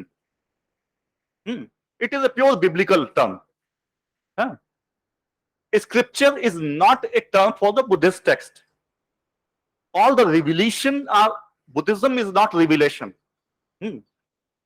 But you cannot blame, मैं इसको बहुत, I am not looking into the conspiracy or something, big word की बड़ी साजिश चल रही थी भारतीय संस्कृति, मेरी इस बकवास में कतई रुचि नहीं है।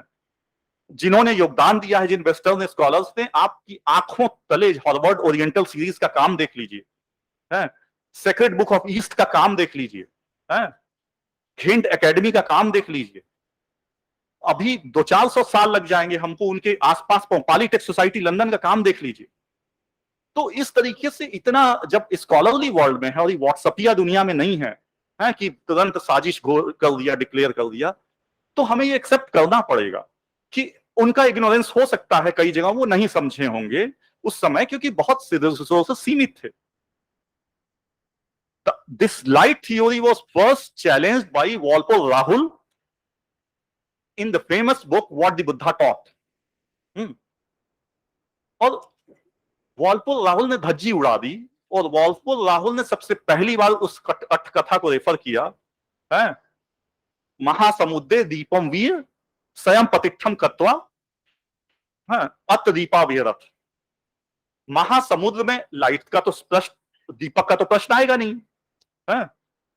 महासमुद्र में स्वयं आइलैंड के तौर पे प्रतिष्ठित करके, अपने आप को स्थापित करके, अपनी शरण में तुम विहार करो। इवन धम्म पद में फिर लाइन है, सो करोति दीपम, वहां भी आइलैंड के अर्थ में है। तो एक गलत why translation extreme so important, that is one example, one translation. Now you are talking of the philosophy and all, light, ब्रह्म में सूर्य के प्रकाश से उपमा दी गई है कि कई सारे पॉट्स हैं जिसमें सूरज की रोशनी पड़ती है। सबके पॉट को यह लगता है कि हमारी अपनी रोशनी, ये हमारा अज्ञान है, सारी जीवात्मा, सारे उसको लगता है कि ये जीवात्मा हम, लेकिन ये हमारा ज्ञान है। बाद में हमें पता लगता है कि हम उस परमात्मा के, उस ब्रह्म के अंश, तो हम सारे के सारे उस पॉट की तरह, right. When you translate the light, Buddhist philosophy in the light, कि अपना प्रकाश स्वयं मानो, then you are dragging the Buddhism to that Brahma theory where the lights are divided in the different pots, and then there will be no difference. तब फिर वो उसी line पे आ जाएगा। और Buddhism doesn't talk of the light in this, दीप का मतलब दीपक है, पाली में दीप के दो मतलब है, द्वीप है और दीपक है। प्रदीप शब्द भी बहुत बार आता है प्रदीपम, लेकिन in this particular context, the author, whether it was Buddha or somebody else or the compilers, they were very particular that they were talking of the island. Island में आप एक आइलैंड स्थापित है, और कितने सारे आइलैंड आप देखेंगे समुद्र में, और बड़े छोटे छोटे हैं, हजारों साल बीत गए वो स्थापित हैं, और उनको लेके जंग है। जापान में और रशिया में सेनकाकू आइलैंड को लेके बहुत बड़ी जंग है। इंडो पैसिफिक का सारा झगड़ा जो है वो इसलिए है क्योंकि उस पे बहुत सारे आइलैंड है जिसपे क्लेम है, चाइना क्लेम कर रहा है, रशिया के सर्टेन आइलैंड पे क्लेम है। तो island is not an ordinary thing, even if in terms of geopolitical theory. Geopolitically, island is also very important. तो यहां आइलैंड के सेंस में, लाइट के सेंस पे कतई नहीं। एक मिनट में एक लाइट में झगड़ा नहीं होता, लेकिन फिर लाइट में बुद्धिज्म भी नहीं रहता। बुद्धिज्म डाइल्यूट होकर के खत्म हो जाता। बुद्धिज्म फिर वही होता जिन चीजों को लेकर के बुद्ध एक डिफरेंट थ्योरी दे रहे थे। मैं उसको बहुत मतलब वो प्रतिक्रांति दे रहे थे कि संशोधन कर रहे थे, ये एक सोचने का ढंग हो सकता है कि वो एक अलग एक लेकिन Buddha was establishing a new philosophy which had certain different postulates and different foundations, and that was different from what was being practiced. Okay. Yes. Thank you sir. Sir एक You have- चीज ये कहना था कि अभिधम्मता संघों की जब बात होती है तो बेसिकली ये बहुत क्लोजली रिलेटेड है फिलोसफी ऑफ एक्शन और फिलोसफी ऑफ माइंड से। तो जब भी हम फिलोसफी ऑफ एक्शन की बात करते हैं फिलोसफी माइंड की, तो इसके बिना काम चलता नहीं है। तो अगर हम लोग सर एक्शन फिलोसफी की बात करते हैं तो एजेंसी या कर्तृत्व जिसके लिए हम एक्शन करते हैं, वॉल्यूशनल एक्शन, उसके साथ रिस्पॉन्सिबिलिटी, फ्रूट्स एक्सेट्रा। तो जब इसकी बात करते हैं सर तो basically related to agency there are two types of agencies, individual and shared. Shared agency का कॉन्सेप्ट बहुत हद तक वेस्टर्न फिलोसफी में डिस्कस किया जाता है। तो यहाँ पे सर जैसे आप बोल रहे थे, और फिलोसफी में हम सभी लोग जानते हैं कि बुद्धिज्म जो है इंडिविजुअल एजेंसी को, इंडिविजुअल रिस्पॉन्सिबिलिटी को महत्व देता है। जैसा कि आपने भी कहा कि हम डाइल्यूट कर सकते हैं, हम चाहें तो बदल सकते हैं, we are solely responsible for whatever we are reaping और whatever we are going to have in our future. तो सर पहला ये सवाल था कि जब अगर शेयर्ड एजेंसी के कॉन्सेप्ट को थोड़ा भी माना जाए तो बहुत सारे लोग बहुत सारे अन्य लोगों के एक्शंस का भुगतान कर रहे हैं। For example politics is a very great example of this, कि कुछ लोगों के casting vote kind of action की तरह से इट्स अ एक्ट। बहुत सारे लोग वोट कास्टिंग का एक्शन परफॉर्म करते हैं और उनकी वजह से बहुत सारे अन्य लोग उसका भुगतान करते हैं। तो पहला तो ये है सर कि कैसे वहां पे वो लोग रिस्पॉन्सिबल होंगे या रिस्पॉन्सिबिलिटी या एजेंसी उनमें जाएगी, ट्रांसफर होगी, जो कि उसके डायरेक्ट पार्टिसिपेंट्स या डूअर्स नहीं है। This is the first question. Second question ये थोड़ा सा सर पाली में भी लैंग्वेज या लिंग्विस्टिक्स से रिलेटेड हो सकता है, but I wanted you to say something about this, कि जो कुशल और अकुशल शब्द का प्रयोग आता है यहाँ पे बार बार, तो पता नहीं कहाँ से, बट संस्कृत में और पौराणिक कथाओं में कुशल शब्द का एक अर्थ आता है सर, कि कुश एक पौधा होता है, घास है ना। कहते हैं कि कुश जो होता है वो हाथ फाड़ लेता है। कुश आप लोग जानते होंगे जो लोग गांव में रहते हैं, कुश तो बहुत नुकीले पत्तों वाला। तो कुशल शब्द का अर्थ ये बताया गया कि जो कुश को काट के और बिना हाथ अपना कटवाए लेके आए वो कुशल है। यानी कि स्किल्ड, इतना स्किल्ड होना चाहिए। जैसे हम कहते थे कुशल गृहिणी, तो वो है जो रोटी बनाए पर हाथ ना जलाए, या वो है जो मुर्गा काटे पर हाथ ना काट ले, है ना। तो ये कुशल हैं, दे आर स्किल्ड। तो इस रूप से या इस अर्थ से कहीं कुछ साम्यता है सर इस शब्द की जब कुशल और अकुशल की बात की जाती है, क्योंकि स्किल्ड की आप भी बात कर रहे थे। तो these are my two question sir. Thank you. Okay, thank you. Well, kushal certainly has the same connotation what you have mentioned, and that is why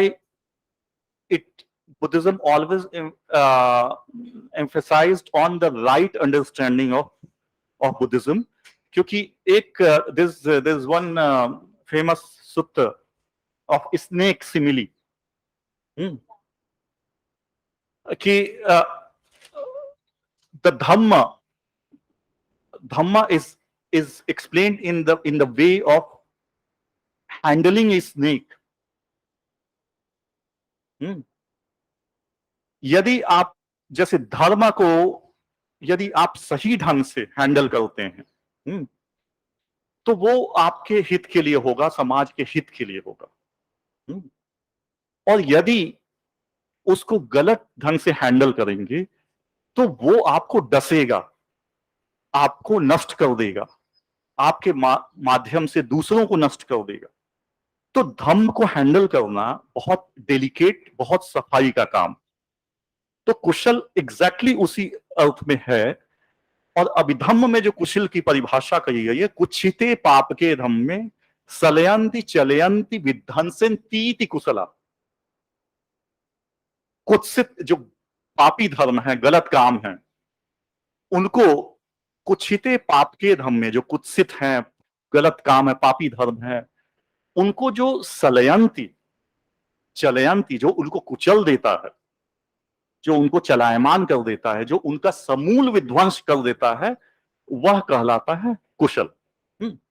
तो कुशल में morality certainly is there, but right understanding of handling is extremely important. That Buddha always, that is why Buddha has dealt the questions in 4 ways. 4 किस्म की question which is Buddha handle करते थे, जो question like your question. So I have 4 options. 1, direct answer in an abstract term. एक अक्षर में आपने पूछा कि साहब प्रथम बौद्ध संगीति कहां हुई थी? हमने बोला राजगृह में, खत्म। Number 2, direct answer. Number 2, analytical. I am explaining the things in vibhajyavada way, analysis of the entire thing. That is the second way. Number 3, keeping aside your question. Buddha, at many places, Buddha, you will find Buddha not giving answer.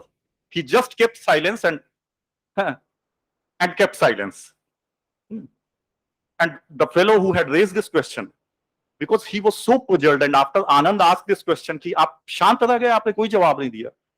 Buddha ने बोला कि यदि मैं जवाब दे देता, उत्तर दे देता, तो ये इतने भ्रमित दिमाग के, and he was talking of the Buddhist monk. So the Buddhist monk was so perplexed that had I given the answer, he would have, जैसे वक्कली का आता है, आत्मा है, आत्मा नहीं है। Buddha kept silence. उन्होंने बोला आत्मा है मैं बोलता तो ये शाश्वतवाद भी हो जाता, मैं आत्मा नहीं है बोलता तो एनाइलेशनिस्ट हो जाता, उच्छेदवादी हो जाता। तो that is why, so that was the Buddha's way of handling. The 4th way of the counter question. तो 4 किस्म से बुद्ध के वो थे। तो पता नहीं कहाँ मैं चला गया, I don't remember. So anyway, next. Second one was related to agency issue. Yeah, Agency and responsibility. agency issue in Buddhism. Agency is not the composition which consists of the 5 skandhas. The agency is consciousness itself, and consciousness is flowing. Patisandhi चित्त और च्युति चित्त 2 term, consciousness is flowing. एक ball की तरह है, role. So that is why we often compare Buddhism with quantum physics. It's like energy. So it is flowing, and it is carrying the fruits of your previous action, previous good and action that is being transferred. And at the end of the day, at the end of your life, your last consciousness is carrying the whole sanskaras, karmic sanskaras of your previous lives, not only of this life, but previous lives, and that will give a birth to the patisandhi chitta, the next consciousness. So this physical death is nothing. This is just a stopover, even not a stopover, the flow of the consciousness. So the consciousness is, तो इसीलिए विशुद्ध मार्ग में जब आचार्य बुद्ध घोष से पूछा जाता है कि कर्ता कौन है, who is the कर्ता, तो बुद्ध घोष ने आंसर दिया कि there is no कर्ता, only agency is the consciousness. Because ultimately whatever fruits you are reaping, good or bad, जिस भी फल को आप भोग रहे हैं वो भी आपका consciousness ही भोग रहा है. So in that way the agency is that consciousness which is flowing, which is impermanent, anicca, anatta, and dukkha, which is impermanent, which is non-self, Not enduring self. and which leads to suffering. So what about somebody is suffering from somebody else's Yeah, you're actions? talking. Okay, Responsibility where it lies. the collective consciousness.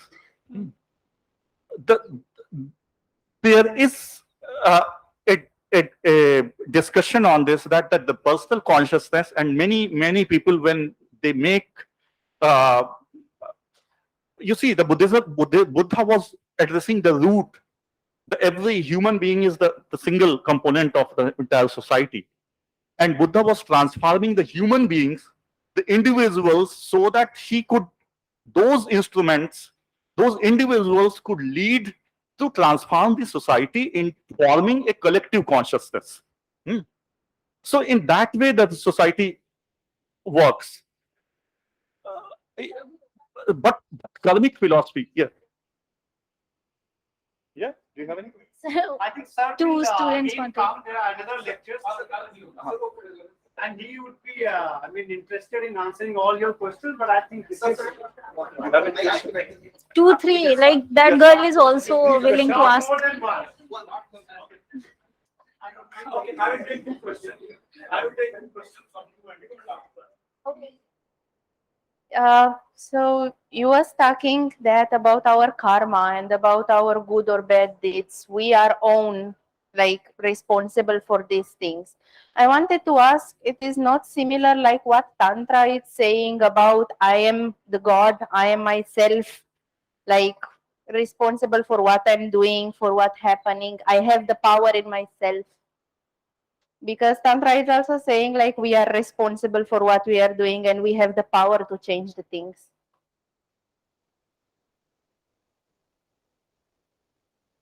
Well, when we are talking of the similarities of the philosophy, so a good student of philosophy should be well versed in the historical facts, and at the same time, a good student of history should be well versed in philosophy. I'm not a student of Tantra, but certainly Tantra was developed sometimes from an era. There's a great debate on this issue that whether the Hindu Tantrism was developed from Buddhist Tantrism or Buddhist Tantrism was developed, or vice versa. Like Vinay Tosh Bhattacharya, when he talks of the esoteric Buddhism in his very famous book. So he establishes that the Buddhist Tantra gave the development to the Hindu Tantric system. And we know that historically the Vikramshila and Odantapuri was the big center of Buddhist Tantric Vajrayana. So without having much understanding of Tantric system, certainly if Tantra has this possibility that we are responsible for our actions, so certainly it may have the roots, because you see, in the philosophical development, sometimes we often miss the point of the cultural development. And we very easily get offended that why this is happening in this religion. It should not happen in this religion. For example, Sri Lanka, Thailand, Myanmar, these are Theravada countries. When you go to these countries and you are trained in the pure Pali literature and you have created a model of the ideal Buddha's teachings in your mind, and you will be so much disillusioned after entering the Buddhist monasteries of these countries, and you will start raising question why they still believe in astrology, why they still believe in this thing, and you will get mad if you will go to the Japanese Buddhist temple and Chinese Buddhist temple, seeing them that they are doing all kind of Agni Home. The home is going on. Now that is a cultural question. Buddhism developed in a different way. Buddhism was a very liberal religion. Buddhism never imposed itself to any culture. It never used any sword in its entire history. So certainly Buddhism appropriated with the local. In Tibetan Buddhism, it got merged with Bon, and Tibetan Buddhism came into existence. It has certain elements. In Japan, with Shintoism, most of the time people are practicing Shintoism as well as Buddhism. China with Taoism and Confucianism. So certainly Buddhism was developing in a, no matter, it is another debate from the very puritanical way that whether it was distorted in the Vajrayana or whether it followed the same teaching. But certainly Buddhism was carrying forward the same philosophy with certain exterior change of the exterior in Mahayana and Vajrayana. And certainly those elements, and by the time when Vajrayana came into existence, the Brahminical philosophy and Buddhist philosophy and practices got so much amalgamated in each other that it was very difficult to make distinction. In the Buddhist temples in Japan and China, you can find that the goddess Saraswati being worshipped everywhere. Even goddess Lakshmi, nearby Tokyo, there is a small town called Kichijoji. Kichijoji is named after goddess Lakshmi. And goddess Lakshmi, goddess Saraswati, Lord Ganesha, Indra, Shiva, Daikokuten. All those are being worshipped in the Buddhist temples as a part of the Buddhist pantheon. Now it's a question for any very purist kind of Buddhist that what is happening, what is going on. But it is happening because in the cultural development you cannot decide what should happen, and it happened. So certainly tantric system may have this inspiration, and that had like Sufism, for example. In Sufism, it is believed that Mahapandit Rahul Sankirtan, very emphatically in his Volga Singanga, he has written that Sufism is nothing but the confluence of Buddhism and Islam. And that is why the initial Sufis, they used to wear the Kashai color dress. So anything can happen in the history of religion. हाँ sir, मेरा जो सवाल है sir, ये एक वैदिक philosophy और Buddhism में आपने अंतर बताया कि वैदिक फिलॉसफी जो है सेकंड पर्सन के द्वारा वो किसी के ऊपर श्राप के रूप में रहता है, लेकिन जो बुद्धिज्म है खुद के एक्शन पे रहता है। लेकिन जो कोई एग्जाम लेता है तो बचपन से तो मतलब कि उसका जो डेवलपमेंट होता है वो वहां पे सोशल पॉलिटिकल इकोनॉमिकल कंडीशन के आधार पे होता है। तो बुद्धिज्म इसको कैसे देखता है, मतलब बुद्धिज्म कैसे इसको इंटरप्रेट करेंगे? क्योंकि अगर कोई क्रिमिनल फैमिली में जन्म लिया तो उसका इंडिविजुअल पे डिपेंड नहीं करता है, कोई रिचेस्ट फैमिली में जन्म लिया तो ये। सेकंड सवाल ये है कि बुद्धिज्म, चूंकि बुद्धिज्म आज से 2,500 साल पहले है, और जब बुद्धिज्म देवी प्रसाद चट्टोपाध्याय और फिलोसफर ये लिखते हैं कि बुद्धिज्म का जो दुख है, जो बुद्ध कहते हैं, उस समय चूंकि प्रिमिटिव सोसाइटी थी और वो ग्रुपिंग खत्म हो रहा था और उस समय क्लास सोसाइटी आ रही थी। तो आज जो हम 21st सेंचुरी में जो कैपिटलिज्म और सारी चीज बात हो रही थी, तो कैसे जहां कैपिटलिज्म नहीं है, जहां प्रिमिटिव कम्युनिज्म है, उसके बाद स्लेव सोसाइटी, फेडरलिज्म, कैपिटलिज्म होते हुए आया, तो बुद्धिस्ट फिलोसफी कैसे आज की जो समस्या है, आज की जो प्रॉब्लम्स है, वो कैसे उसको एक्सप्लेन कर रहा है या फिर उसमें ऐड हम लोग कर रहे हैं, तो कैसे रेलेवेंस है? ये मेरा दो छोटा सवाल है। Thank you sir. सर पहला क्वेश्चन वो सर जो वैदिक फिलोसफी है वो उसमें जो श्राप है चाहे कर्स है जो किसी के द्वारा डिपेंड करता है, किसी के देने के अनुसार वो डिपेंड करता है, लेकिन बुद्धिज्म इंडिविजुअल पे करता है। लेकिन सोशल पॉलिटिक्स ओके ब्रीफली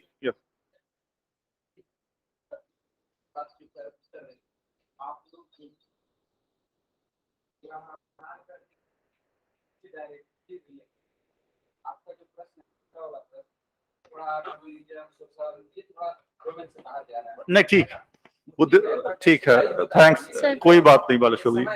जहाँ ठीक है, लेकिन जहाँ बच्चों की I am happy that you are having like ठीक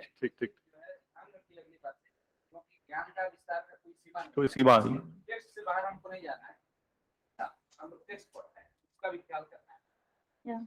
okay, karmic theory is not deterministic, मैंने बोला था। इसी क्रम में जो बात शायद आगे मैं बताता वो अभी बता देता हूं कि in Buddhism karma is extremely most important factor but not the only factor. There are 5 kind of laws, natural laws are described. There are 5 laws are described in Abhidhamma, in Abhidhammatthasan gaha, in Visuddhimagga 2। 5 नियम बताए गए हैं, बोला गया है कि पूरा nature उससे गवर्न होता है। उसमें एक है ऋतु नियम, ऋतु का नियम। ऋतु पे, नेचर पे हमारा वश नहीं है। जो ऋतु, जहां जाड़ा आना है, जहां गर्मी आनी है, जहां जैसे आना है, उस पे कर्म का कंट्रोल नहीं, वो ऋतु नियम। बीज नियम, आप पपीते का बीज बोएंगे तो पपीते का फल निकलेगा, कहीं वृक्ष होगा, उस पे कर्म का कोई कंट्रोल नहीं।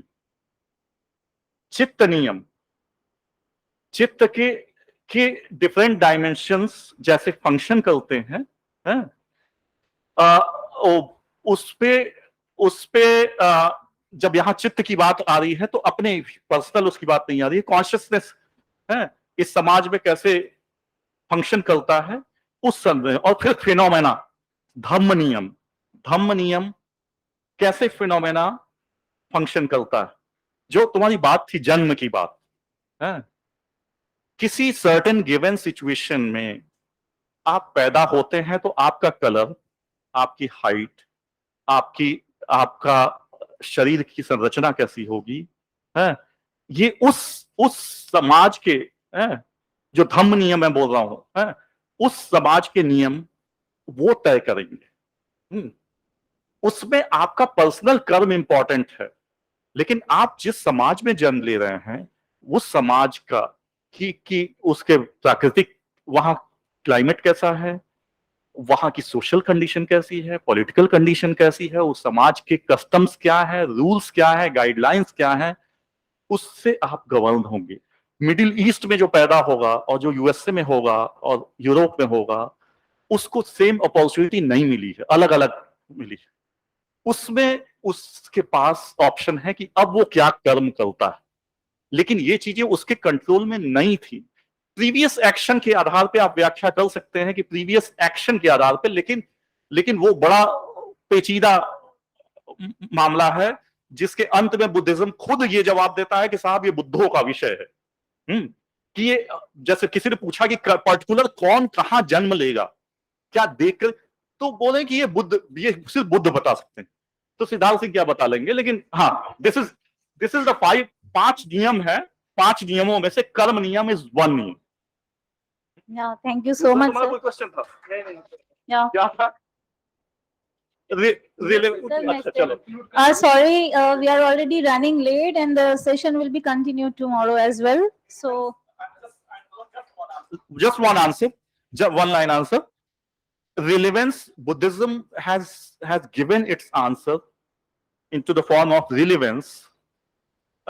If you observe the examples of the engaged Buddhism in the different parts of the world, Vietnam, His Holiness Dalai Lama, in that way Buddhism has given the answer of its relevance, because Buddhism is a very scientific thing, so it doesn't have any conflict or contradiction or any conflict of interest or any philosophical issues. So Buddhism has been relevant. If wherever Buddhism has been very dogmatic or the issues have been the society has faced that issues. बाकी तो बहुत सारी political चीजें हैं जिस पे बात की जा सकती है। China has the still largest Buddhist community of the world is in China. लेकिन that is political issue, we can discuss it. yeah, okay, thanks to all the participants who raised amazing questions, and thank you so much, sir, that you took all the questions very patiently and replied to each of those questions. And now I'd like to request, no? Okay, this is yeah. Okay, thank you everyone. Go home and enjoy.